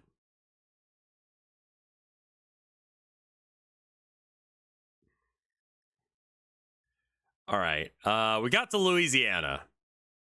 We're gonna have to come back to this because there's a lot.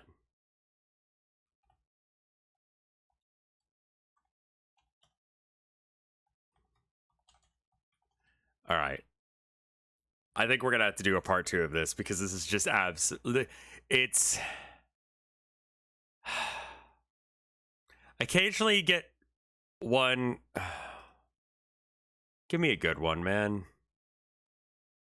Kansas, you know what the fuck's up. Sometimes you get a Kingsman. Sometimes you get Ginso. You know? I expected to be sent more cursed weapons than I was, but, you know, so I guess the cursed weapon things was a bit bait, but that was not my intention. Rough and ready, man. Rough and ready. Fuck yeah. Rough and ready. Where was Rough and Ready? I want to go there. I want to go there and sign their flag. I want to talk to the man who made it. Like, holy shit. Why? Where's Rough and... There it is! Fucking Rough and Ready! I sent you a cursed weapon on Tumblr. Okay. Oh, that's Vegas. Let's try that again. It's right next to the, Sent me what? What the fuck is this? Tumblr Mart. No, fuck off. What do you think of this super rad weapon? Can you guys see this? No.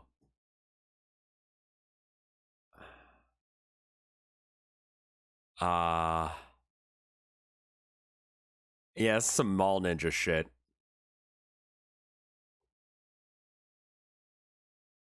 I hate how fleshy this bit is. Wow. Is it a punching weapon? Awful. I'm glad you own it and I don't. All right. We're going to do You Laugh, You Lose. I'm going to put a, give me a second to like switch the thing over.